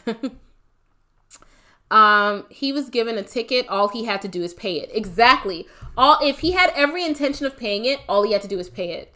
They were going to fine him, but no point in his license. Okay, fair enough. But either way, if he didn't want to have to pay the fine, he could have just had a bench trial and fought the case that way. But he was trying to use the Mark Stevens, version of trying to get rid of a case, and it just doesn't work. And I know that's why the video cut off, because I know that judge set it in for a bench trial or he pled guilty, one or the other. But they never upload the end, or like when the case gets continued and the judge is like, Okay, well, your motion to dismiss for lack of jurisdiction is denied. You notice how they never upload the video of them actually going to trial for the traffic ticket after they've lost the motion to dismiss? Because I know that they've lost. I know that they have lost the trial, and that's why they never, ever upload that video. You have become one of my most anticipated YouTubers that I'm always waiting to see. Thank you so much, The Rabbit. That's so nice. Thank you. Under duress never ceases to make me think they are saying under address, and it makes me laugh. I think that's funny, Aaron. He should clarify. Butter. Please hit the like button on your way in. Thank you so much, Ruby. Wow, I am here under duress as opposed to everyone else here who showed up under no other obligation. They were just bored. Brian Showman. And again, I would normally say absolutely. But in this particular circumstance, he brought it on himself. He requested the court date. He could have just paid the fine and there would be no duress. Just pay the fine, you know, but I don't know what's worse, the fact that he's a sov or a tailgater. Aren't tailgaters the worst? When I was first learning how to drive, which I still remember because I learned how to drive later on in life because I'm from New York, and where I lived in New York, I didn't need to drive a car, right? So I didn't learn how to drive until I moved to Maryland at 26, something like that, 27, something like that, way later than everybody else. And tailgaters used to scare the crap out of me. Like, I would try to stay in the slow lane. I put a bumper sticker on my car that was like new driver, and people would still tailgate me. Guys, please don't tailgate people. Like, I had to pull over sometimes because I was like so afraid. Now I like whip my car around, no problem. But it's just like, I was so scared of tailgaters. Like, they're just so mean to me. They drive me crazy. Okay, Clarissa asks, what would actually happen if they are actually under duress? Like, what is their point? Is that even a thing? I think what they're trying to say, I don't think anything would happen if they were actually under duress, but I think what they're trying to say is that, like, they're trying to make this like UCC, Uniform Commercial Code. They're trying to make this like it's contract law. And like, this contract is invalid because I entered it under duress, right? That's what they're trying to say, is that these proceedings are invalid because I'm only present under duress. I'm not raising the issue of jurisdiction because I'm only here under duress. And that's not a concept that is recognized in criminal law in that context, right? Because everyone that is interacting with the criminal justice system that is a defendant is there under duress. Witnesses are there under duress, under the power of a subpoena. You don't have to be the defendant if there's a subpoena that's issued for you, right? And you need to appear in court. If you don't come, then the sheriff's department is going to come get you and force you to come to court, you know, or the court's going to force a show cause order or something like that. So everyone that is not the judge, the prosecutor, or the defense attorney is there under duress. So the law doesn't recognize that as an exception to the criminal court system being able to exert power over you. But it is an out in contract law that if you enter into a contract but it was under duress, the contract is no longer valid. That just doesn't apply to criminal law in that way, in that context. So it's just them, again, applying terms to situations in which they are taken out of context and they don't actually apply. I've watched almost all these sovereign citizen videos before in the past, but I love watching your videos because I've always wondered what the legal commentary would be. Thank you very much. I appreciate that. Does anybody have a video that they would like for me to react to, or any other questions you guys want to ask me, personal, professional, anything like that? I'm here. I'm an open book. Drop any links to any videos that you want me to react to in the comment section in the chat. Oh, no problem, Clarissa. Very happy to answer. Oh, thank you so much, Chicken Head. They already hit the like button. They would hit the love button if they could. Thank you. I don't choose to join her with you, but I recognize NatalieLawyerChick's jurisdiction. I will hit the like button. Thank you, Ruby Rose. You're much appreciated. Oh, I think I have a new super chat. I think I do. Oh, let's see. Yeah. How much trouble would a person be in if caught recording proceedings surreptitiously? It depends on where you are. In our state, in our state and in our court system, couple things. Number one is the judge can seize the phone until after court is over. So like if you're a party, they may choose not to like do more than just take the phone. And if you don't allow them to take the phone, they can kick you out. They can hold you in contempt, all types of other stuff. And another thing is that I believe that there's a fine involved for surreptitious recording. So there is also a fine. In other states, they may handle it differently. I don't know if there's a criminal charge, but I know that there's a civil violation for filming in court, and that the judges do take the phone away.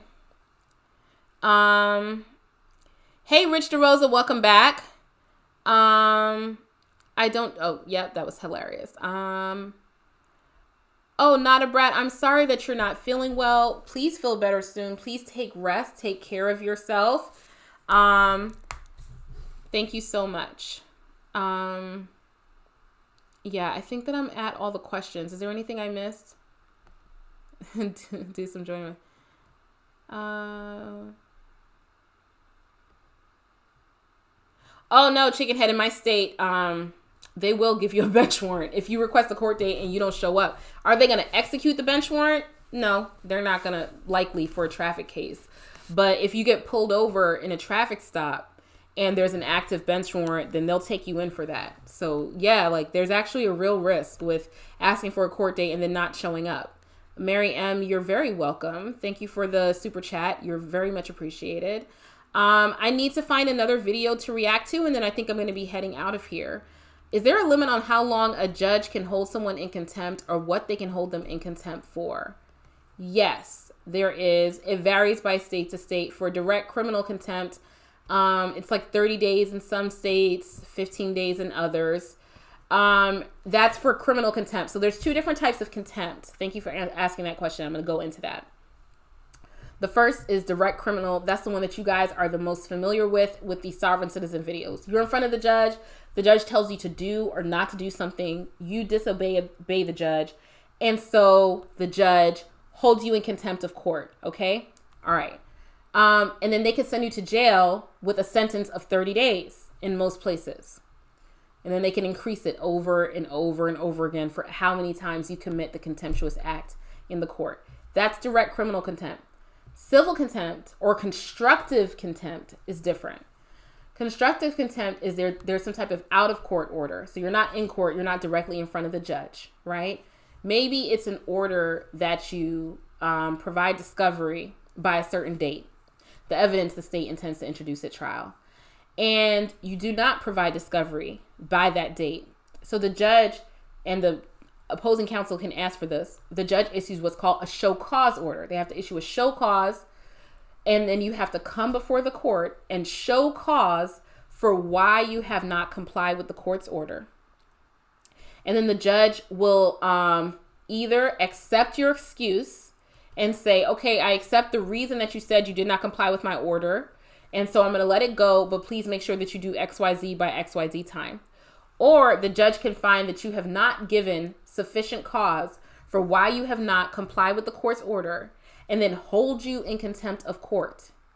And then there is no maximum possible penalty for civil contempt or constructive civil contempt. Instead, the judge can hold you for in so much time as it takes you to purge the contempt, right? So basically, they can hold you overnight, bring you back the next day. You have your secretary provide the discovery. You have someone in your office provide the discovery. And then when the discovery is provided or the order is complied with in some way, then you are released from jail. But if you refuse to comply with the order, then you can be held indefinitely. And that's why civil contempt is actually worse than criminal contempt.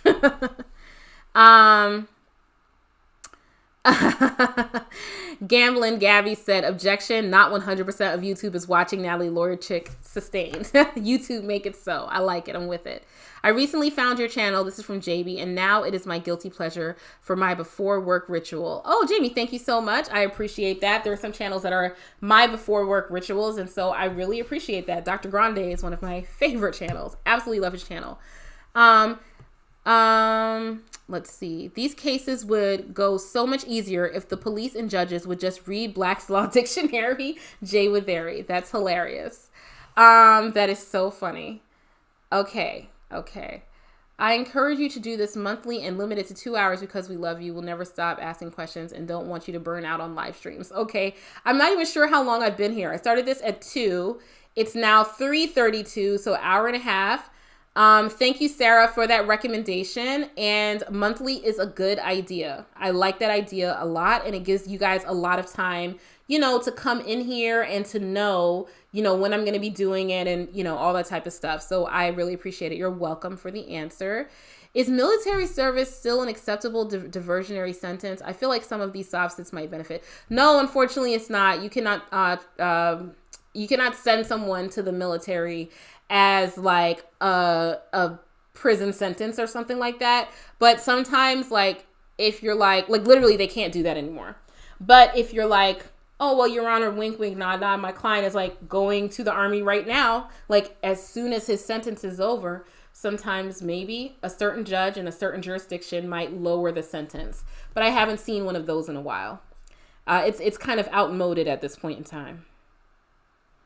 Hey, Lily Bell, you're welcome. Aaron, were you required to read Black's Law Dictionary? No. And actually, I was just looking and I was trying to find if I had one because I have a lot of law books, and my husband has a lot of law books. I have Barron's Law Dictionary, but not Black's. And someone bought me Barron's Law Dictionary in anticipation of law school as a gift. And I opened it up the other day and realized it had never been opened before. Like the pages were like pristine, 3 years of law school, 10 years of practice. I've never opened that law book, that legal dictionary before. It has no use. What is the time limit on papers being served to a person for a small claims case? That depends on your jurisdiction. And so I can never tell you the answer to that question, but I can direct you to Google, and I'm not being facetious. If you go to Google and you put in the name of your state and you put in civil practice time standards, it will usually direct you to the rules that regard, civil practice time standards, when you have to submit things for filing and when your statute of limitations runs and things like that. Fluttershy says, I love your awesome vids, $2 super chat. Thank you so much, Fluttershy. That is so kind of you. Thank you so much. And thank you guys so much for watching and for being here. 119 viewers. Wow, this is amazing. Oh my goodness. Thank you. No limit to contempt. There's a treasure hunter in U.S. federal contempt going on 5 years because he claims he can't remember where the millions in gold is. What? That was from Brian. Are you serious or is that a joke? Is that for real? Just pick up Black's Law Dictionary 2nd edition. It will define pretty much everything soft critters think is the law. By the way, it came out around 1910. Black's Law is up to the 11th edition. Yeah, they love relying on the super old version of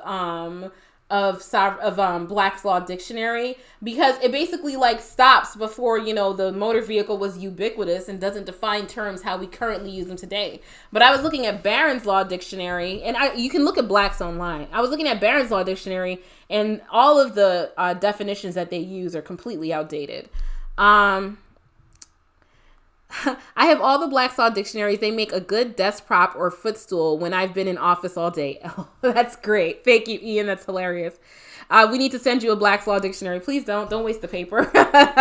Thank you for your channel. Thank you, Reese. Thank you for watching. You can be held in contempt for refusing to sign a document. Yes. You can. Either signing it, to say that you refuse something or you're accepting something. Like you can't be held in contempt for like refusing to give up your rights. You can't be held in contempt for that. But there's circumstances where you can be, yes. The sad thing is I use Black's Law more than most of the idiot soft sits, but I use it for debate arguments in high school. That's from Gavelin Cabby. I can see that being very helpful. Yeah, I can see that being very helpful. But again, it's just a dictionary. It has like little to no real value in the practice of law. And I can't conceive of a situation in which I've ever seen a judge say, leans back to the lectern and reaches for Black's Law Dictionary. I've just never seen that before. I just can't imagine that. Boycat Sapien says, congrats. Thank you so much. And thank you guys so much for being here. The sad thing is Have you seen Sovereign Citizen Meets His Match Veteran Police Officer? It's so good. That's from Karen. Karen, could you find me that? Because I want to do one more reaction before I'm out of here. And that sounds really, really good.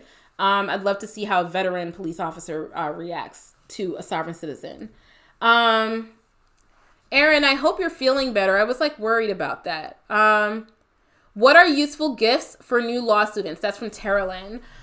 Useful gifts for new law students would be food. So food, gift cards for them to eat.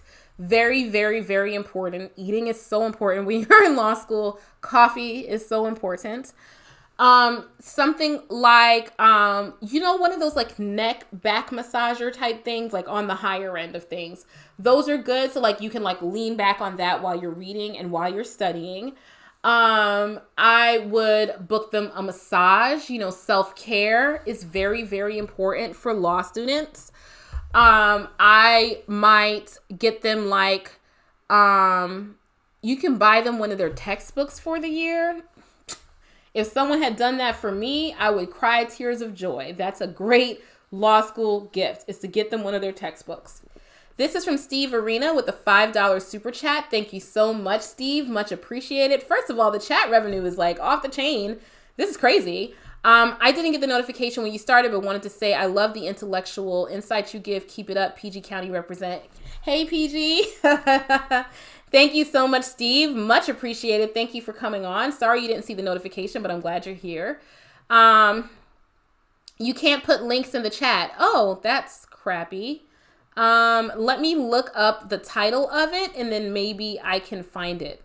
Tell me what the title is again. I think it was Sovereign Citizen Owned by Veteran Police Officer or something like that. I can probably find it.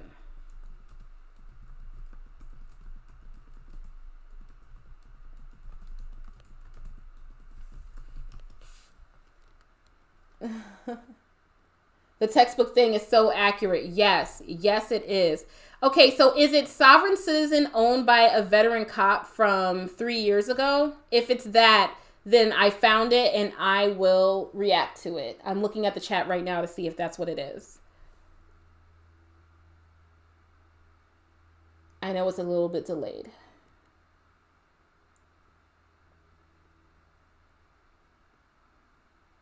Okay. Well, I'm about to react to this sovereign citizen getting owned by a veteran cop. I'm about to react to this one. It's 15 minutes long. Hopefully I can skip through it. And then after I react to this, I'm going to be up out of here. Okay, so you guys should anticipate that I won't be holding you much longer, but I appreciate all 117 of you that are here right now. Amazing, amazing numbers. So, so appreciated. Okay, so let's pause that. Let's go to this tab. Hi. Alrighty, and we're gonna make this big. I forget. No, not on me. Okay. Do you have well, what's your name? My name is Wesley. Is it Wesley J. Peters, is it? Yeah, but, currently, this is not a commercial transaction, and I know that you're not used to what I'm about to present to you, okay, but I'd like to reserve my Fifth Amendment privilege, because everything that's happening is really just commercial, and it's intended to rob me of my money that I work for. First of all, his camera work is terrible. 0 stars on his camera work. But secondly, this guy is a mess. He's a mess because he's like, I want to preserve my Fifth Amendment right, which is the right against self-incrimination, also known as the right to remain silent. But he just keeps yabbering away, yabbering and yabbering. Stop talking. If you want to preserve your Fifth Amendment right and you don't want to talk, stop talking. But as someone else said, they have the right to remain silent. They just don't know how to exercise it. Wesley. Yeah. Do you have a driver's license? No, not with me, no. What are you giving? This is my notice. What? My notice. All right, I have a $4.99 super chat from Casey Shell. Thank you very much, Casey. It says, great job, Natalie, and congrats on 10K. Yay! Thank you so much. So appreciated. It kind of explains everything here. All right, step out of the car. You're under arrest for traffic violation, Pennsylvania. I love it. I love that the officer was 53 seconds into this video and he's already like, step out of the car. You're under arrest. You're driving. You're behind the wheel of a car. He asks you if you have a license. You don't have a license. You're not answering his question so that he can ascertain who you are to identify you for the traffic stop. You're only giving your first name, right? And you're being obstructionist, so now he can't conduct the traffic stop. He has probable cause for an arrest at this point, and he's not trying to, reason with this guy, go back and forth with him, get into a lecture. He just nipped it right in the bud, and I really appreciated that. Hang on, I want to make sure this is recorded. Because, sir, I don't want you to give me a ticket. This is not a voluntary transaction, okay? Stop jerking me off, and can I please just go about my day and do what I have to do? All right, but you don't have to... When a cop says to you, stop jerking me off, stop jerking him off. Because this cop is agitated. He's already agitated. I'm sorry, this is not the video, but this one will do, I think, because it's good. Ooh. Threaten to break my window. I'll drag you out of there. If I say you're under arrest and you don't step out, I'm going to drag you out of there. But what crime have I committed? Traffic? Traffic infractions are not a crime, sir. New Jersey, I can arrest you for having... Listen to me, my friend. Sir, listen. He is trying this police officer's patience. He is trying it. He just put his baton away, right? He's like, I don't want to have to crack your window, but I will. He has had it. He is trying him. All right, we got a new super chat. Jay Witheri. Love the channel. Great job. $4.99 super chat. Thank you, Jay. Woo! Round of applause. Thank you so much. Listen, I promise, I'm not trying to give you a hard time. If you're out of state, I can make an arrest for simple traffic violations. Yes. Okay, but that's... Like it or not, I can do that. I prefer not to do that. I prefer simply to check your driver's license. You got a good one, you get either a warning, don't drive on a railroad track like a bonehead, or you get a ticket. That's the way it is. Stop busting. Wait, was he driving on a railroad track? Was he driving on a railroad track? What a dum-dum. My balls. That's all, man. I'm not trying to, sir. Yes, you are. I simply turned around in that parking lot, okay? You're driving on the railroad track. Probably not a good idea. I saw you driving on the railroad track. We can argue this all. And so say that you weren't driving on a railroad track, right? Criminal defense attorney hat right here. You argue that with the judge, in front of the judge, with the prosecution. You let the judge make the decision on what they believe or not. You do not argue the facts with the police officer. They've already made up their mind that they're going to be investigating you for this traffic violation. They're probably going to be issuing you a citation. Don't argue with them and don't make it worse for yourself. Oh, wow. New super chat. Chickenhead, PK Neely. Love this cop. He makes me laugh. $4.99 super chat. Thank you so much. I love this cop too because he's just like so high strung. It's been a long day and he is over it. Do you have that? Oh, sir. Okay. I turned around in there and I pulled out across the tracks. I had to cross the tracks to pull out there.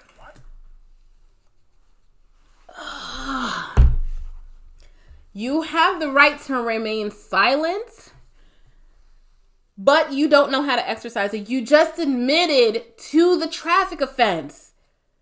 You just unprompted admitted to the traffic offense. So now you have knowledge of the traffic offense and you're compounding the issue because you won't give a real license. That piece of paper you're holding in your hand is not a license. You won't give real license and registration. You won't cooperate with the police officer. And when he's now trying to arrest you because you're an out-of-state driver, you've committed a traffic infraction and you don't have a driver's license, you're now resisting the officer. It's really not smart, you know? And you've admitted to the reason for the stop. So it's not like whoever represents you later can throw the case out because it was a bad traffic stop. You admitted it. Are you driving on a railroad track? I wasn't traveling on them. Oop, $1.49 super chat with a unicorn from Captain Crunch. Thank you very much, Captain Crunch. Thank you. Everybody thank Captain Crunch down in the comment section. Sir, I had to... All right, listen. See where this is going? I just wanted a supervisor. I'm not bringing a supervisor. You want to talk to the supervisor? After I give you the ticket, right here. Now you think I'm a nice guy.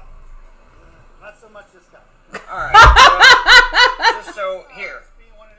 He said, oh, so you think I'm a nice? Well, not so much this time. He's like, no more Mr. Nice Guy. I haven't seen this one. So even though I came across it by accident, I love that I came across it. You guys are great. Thank you. Thank you for even like suggesting that search, because now I found this great video.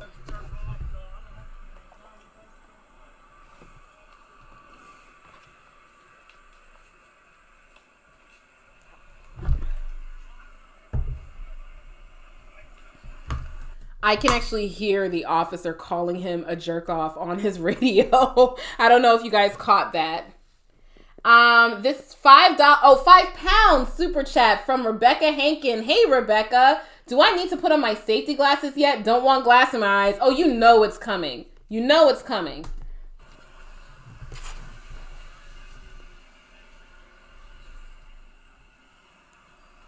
Listen, sir, I'm not trying to cause any trouble, okay? Here, look.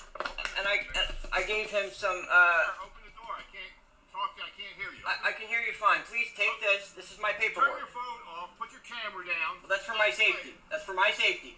I don't want to hear any of that right now. The gentleman asked you for your driver's license. And, you know, this is a point that I think either Artie or Schrodinger made yesterday on Schrodinger's live stream that I thought was a great point, which is, and something I have seen but never quite put to words, which is that you get the supervisor. Look at how mature that patrol officer was. His supervisor is going to be even older, right? And you saw how the mature patrol officer fuse was real short and he was tired of his BS. How do you think the supervisor is going to be? He's going to back his officer, number one, right? Number two, he's going to try to bring this traffic stop to a close, right? And he has the authority to escalate even more than the other one does. So you see, he's already like, you know what? Shut that camera off. He does have the right to film, but that's neither here nor there. Shut that camera off and open the window. And I'm not taking your stupid little paperwork. You know, he's making the situation go from bad to worse. And it all started because he drove on some railway tracks and admitted to it. You going to give it to him or not? You have to give it to him. Okay. Give him your driver's license and your registration. Stop playing with him. Well, I gave it to him, okay? But listen, sir, Give it to him. this is not... That like 5 minutes ago. Listen, sir. Because I'm not up. Give him, if you have the registration, give him that too. Yeah, I gave it to him. Okay, I did. just wait, okay? But, Oh, so he does have license and registration. What?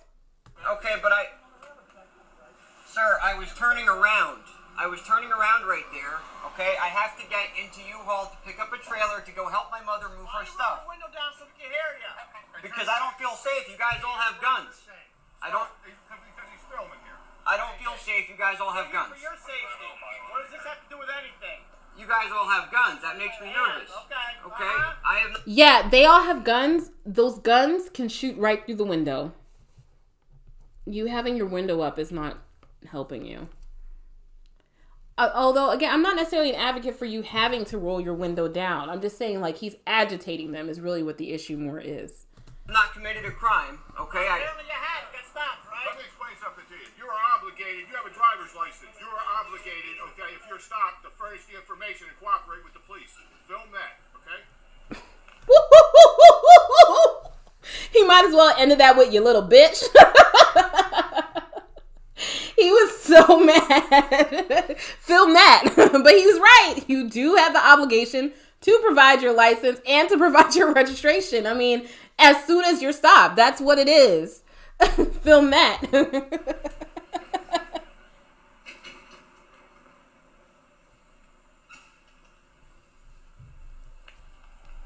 Yeah, so does the camera become evidence? The fact that he's filming, the prosecution can subpoena his phone records to try to extract or subpoena his physical phone and then try to do an extraction and get the phone, the video out of it. Or they can ask him to turn over the video, you know? So yeah, they can request it. They can seek it. Will they get it? I don't know. But they can definitely try to get a warrant to get his cell phone. Are they going to go through that for a traffic citation? No, you know? But if it leads to something more serious, potentially. That's a good question. Thank you.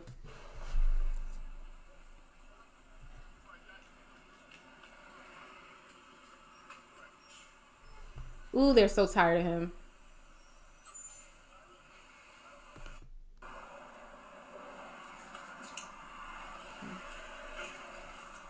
This is also an affidavit, sir. Because this is all commercial. This is an affidavit. For what? An affidavit of truth of my right to travel, okay? Your affidavit has no force of law, especially not with a police officer. And an affidavit of truth for your right to travel is not a real thing. It's not a real thing. They just literally just make things up. It's not a real thing. Okay, You have a right to travel. Okay. This is my affidavit of truth. Would you like? No, they don't want it. Don't want to take anything. The guy actually threatened to smash my window. He should have. With a baton. He should have. I would have.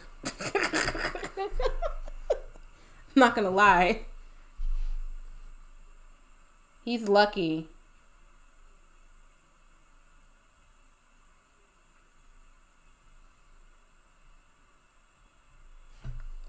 If you spoil evidence purposefully after someone asks, what happens if they make a request for it? Say it's a valid request. Say they get a warrant for his phone and he destroys the evidence so that no one can get the contents of the phone. Then if he did so in bad faith, meaning he intended to destroy the evidence, then the prosecution can request an adverse inference, which means they get the finder of fact or the which is either the judge or the jury, depending on what type of case it is or what's going on, to make a determination that you can believe that the evidence would have been bad for the defense if it had been seen, and that's the reason that they destroyed it, right?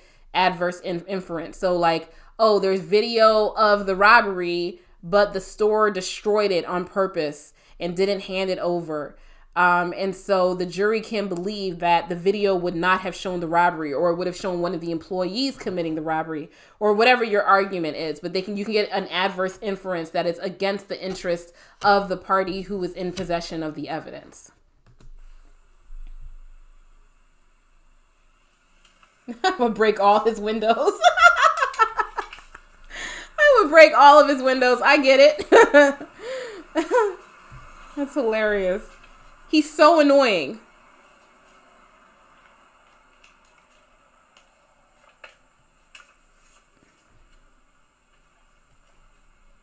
Okay, I'm gonna skip a little bit. That's a lot of cops for crossing a railway. You're diverting a lot of resources for just crossing a railway when it appears he had a license. William Zander, $5 super chat. Thank you very much, William. He was helping his mom move. Yeah, I heard him say that. Nat, are you up next to be appointed as counsel and you get this guy? How do you defend him? A couple things. I would say that the statements were not voluntarily given, that the officers' statements to him were they were interrogations in nature, and he was not advised of his rights, and so the statement should not come in. And then I would argue that he actually did have a license because it appears that he did. And then if his license is suspended, I would argue that he did not know that his license was suspended. So that's what I would do. You just attack it from the top. You know, you just say first, there was no reason for the traffic stop. If your client made any statements, kick out the statements. And then if they have evidence that the client was actually driving while suspended, I would say that the client didn't know that he was driving while suspended, and here's why, and go from there. Not likely to be the most successful case, but there are arguments to be made.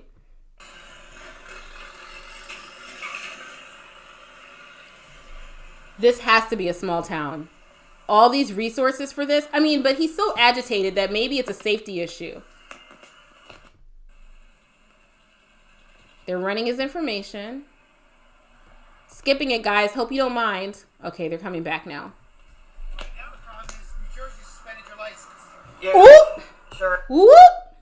All right, so, I was about to say, if he has a license, why is he pulling all this sovereign citizen foolishness? Well, New Jersey suspended it, and they can check that even if you're out of state, because states have this thing called reciprocity, where they share information with each other and accept each other's traffic laws when you are a driver from another state.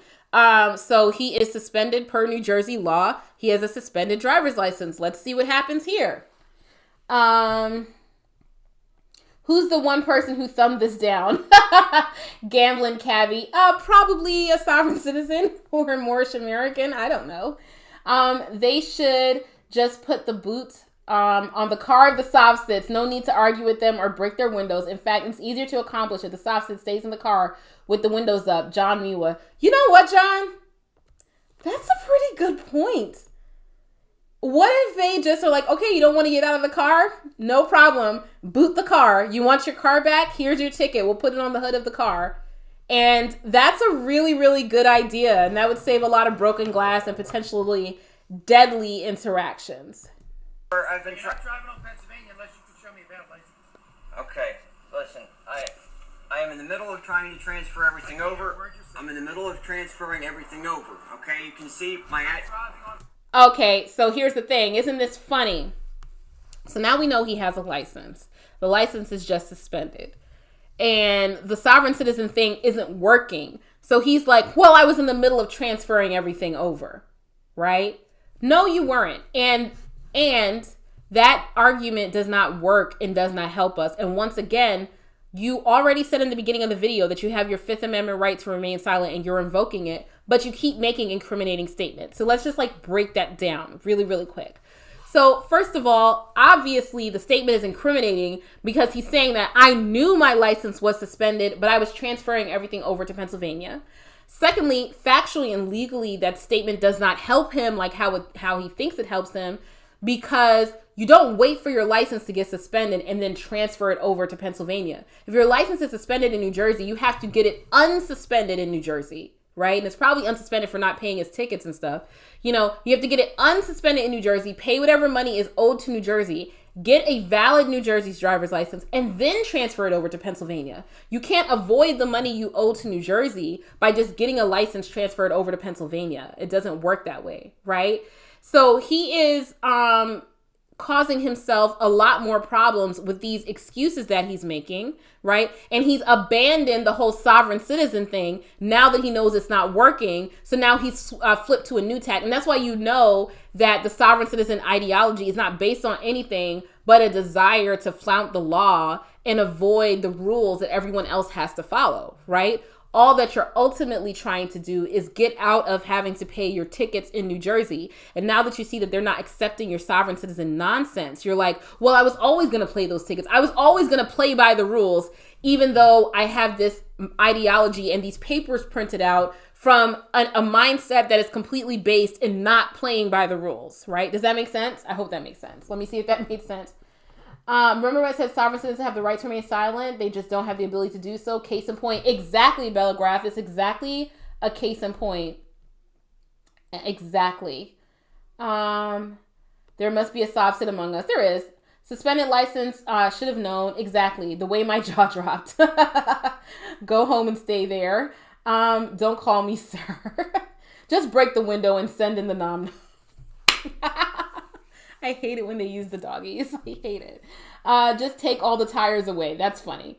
That's the new sovereign citizen nationality. If you boot the car, you're also not impeding their right to travel on foot. I love this idea of booting the car. We need to lobby police stations. Just boot the car. They have to pay to get the boot off, right? That's more revenue. Then they're going to have to go get their license and stuff fixed in order for them to get their car. It's just such a good idea just to boot the car while they're in it. Fine, don't get out. I'll just boot the car. You just can't drive it away. Spike strip it. No. You guys are so silly. If you boot a car, it has to be towed the same day, right? So eventually they'd have to get out. Booting the car is potentially wrong, overextends the stop. But breaking the glass kind of sucks, I just don't want glass to go in anybody's eye. I don't want anyone to get hurt. Oh, man, you guys are funny. All right, let's pick it up. Pennsylvania roadways unless you have a valid driver's license. Okay, I haven't yet. So I now haven't the yet problem done that. is- But I can call a tow truck. I have a tow service, and if I that, can hear a word you're saying. I said I can call a tow truck and have a tow truck take. That's a good idea. Okay, I can do that. That's a good idea. If that would be acceptable for. You have a tow service on standby because you're always driving around with a suspended license. You have you need to get your life together when you have a tow service on standby. Okay? Simply put, you just need to get your life together. For your purposes. You're not allowed to drive. You're going to get a ticket for driving without a license and careless driving. But if you want to tow this, sounds good to me. But you cannot drive. Okay. Sir, I'm not trying.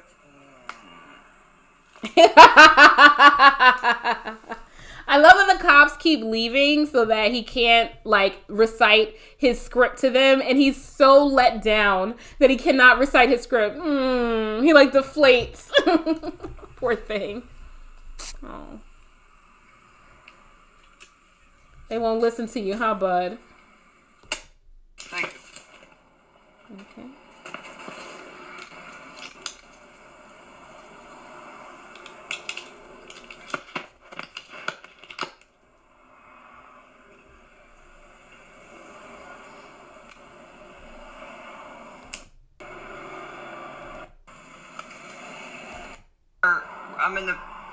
I've just moved here to Pennsylvania, and we're not done moving. I'm temporary. You're going to get your ticket for driving under suspension. I understand that. You're going to get a ticket for careless driving. I understand That's that. just the way it is. Obviously, you're probably going to get suspended in Pennsylvania after that also. Right, and that's the other thing is that even if you don't have a license in that state yet, and if you don't have a license in Pennsylvania, you can get points on your privilege in Pennsylvania.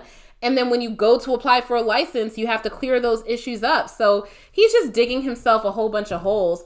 It doesn't look like his windows are going to get smashed, which, you know, is great. I don't want to see his windows get smashed. He's just going to get the citation. But you see, again, he dropped the sovereign citizen stuff, and he's just like, oh, I'm going to get a Pennsylvania license. No, you're not. No, you're not.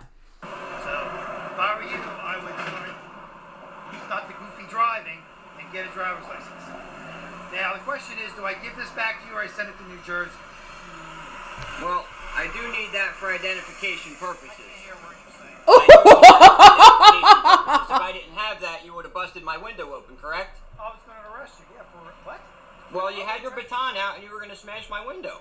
Yeah, right. Well, expires 10/31/15. But it's suspended. Is this a good address? no. I just did a change of address with. Well, what's your valid address? This is my current address. You see, it's got on the yellow sticker. That's the forwarding address. That's where I'm at right now. I should take it in front of a judge right now and have a hearing right now because I have no good address for you. Ooh. I have. Because he can arrest him, right? And the reason that he was saying that, like, if you don't give me a valid driver's license or like a valid state ID, then I can arrest you. And you see how this guy has the sense to abandon his foolishness in order to avoid going to jail. Once they were like, I mean, this guy can arrest you, the supervisor, he can arrest you. Well, I gave him my ID.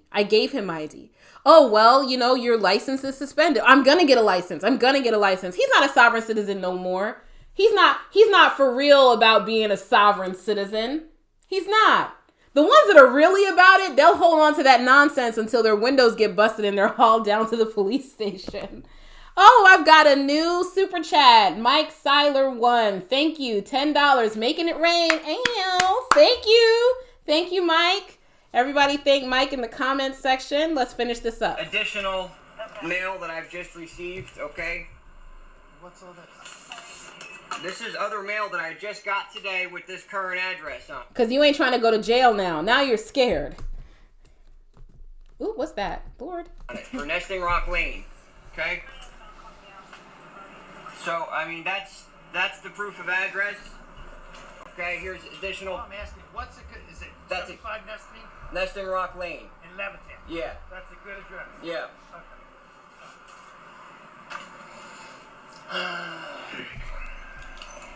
Flat Earth towing. I love it. I saw that. That was funny.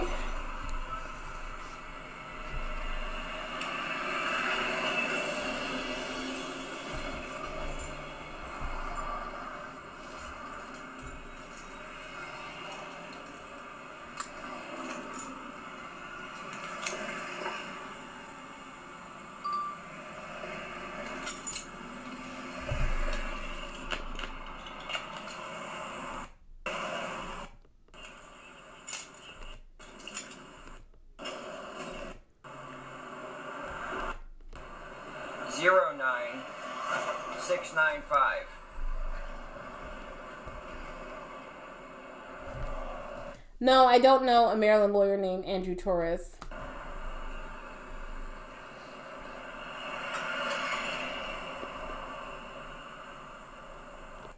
Oh, Mandy, I love that he didn't say, oh, you know, I reside on the earth, but you can send me mail to this address. It's just like, I'm so glad he didn't say that, because when they say things like that like convoluted type of speaking, it's cult-like. It really and truly is very, very cult-like. And I don't want to hear it. And no one else wants to hear that, you know, just like speak like a normal human being. Here we go. I'm going to send 2 citations in the mail to 75 Nesting Rock Lane. Okay. All right? Yeah, so hold on 1 second, man. I need to call a tow truck. Just give me a second. I have an officer talking to me in the window. Yes. Start thinking. Get this craziness out of your mind. We all have to follow rules. From in school. I agree with you, sir. I agree with you. Road and all but this in the crap. meantime, while I'm dealing with this, I know, but... Okay, let me talk to Bye, Mike. You give me a problem, it doesn't matter to me. It's my job to give you tickets for not having a license and driving down a railroad track. I understand that. That's what I'm saying. I'm going to give this back to you and you'll get it in the mail because I got a hearing for somebody else. Okay. That I got to attend to. All right, thank you. So get this thing towed, right? Yeah. All right. Okay, so I need a tow truck, and I'm on, where am I? I think that's it. Wow. So that, let's go back here. Hi. That was interesting. And you see how, I think, to this person's credit, I think he's more intelligent than your average person that we see filming their own selves and then uploading it to YouTube, which I think is inherently crazy in and of itself, but whatever. And the reason that I say that is because he was malleable enough in his thinking that he could see that he was about to lose this argument. He was about to go to jail. And so he was like, never mind, here's my license. Because a lot of them do have licenses. They've gone through the whole process of getting a license. It's just been suspended. And instead of going to get a new license, they then adopt this new mindset. So yeah, that was that. I found that one really, really interesting. He got really, really lucky. The officer had somewhere else to be. I agree. He did get lucky. But aside from being lucky, legally speaking, the officers were authorized to release him because they could verify who he was. They could verify his address. They did verify that he had a license altogether, that it was out of New Jersey. They verified it with New Jersey. But if they had been unable to identify him and verify him, they would have been authorized to arrest him because they didn't have anywhere to send the citation to. So, you know, yes, he got lucky, but aside from being lucky, he had the sense to drop the fiction so that he wouldn't go to jail. All right, guys. Great live stream. See you later. See you later, Causeless Rebel. There's hope for these guys. He's not a true believer. That's how I feel. I feel like he's not a true believer for real. He's not. Congrats on 10K. Thank you so much. Grumpy Drop Bear. Thank you. He's also a Moorish peace officer. Oh my God. All right, guys. So I am about to head up out of here. This has been 2 hours and 11 minutes of live streaming. I cannot believe that I've gone on for this long. This has been amazing. This has been my first live stream using OBS. So maybe I'll do like another live stream in like a month or so, like someone suggested, where I get some videos together, do some reactions to videos. I love you guys so much. Thank you so much for your support. I am just blown away with the amount of support that I've had on this channel. I've been completely lucky to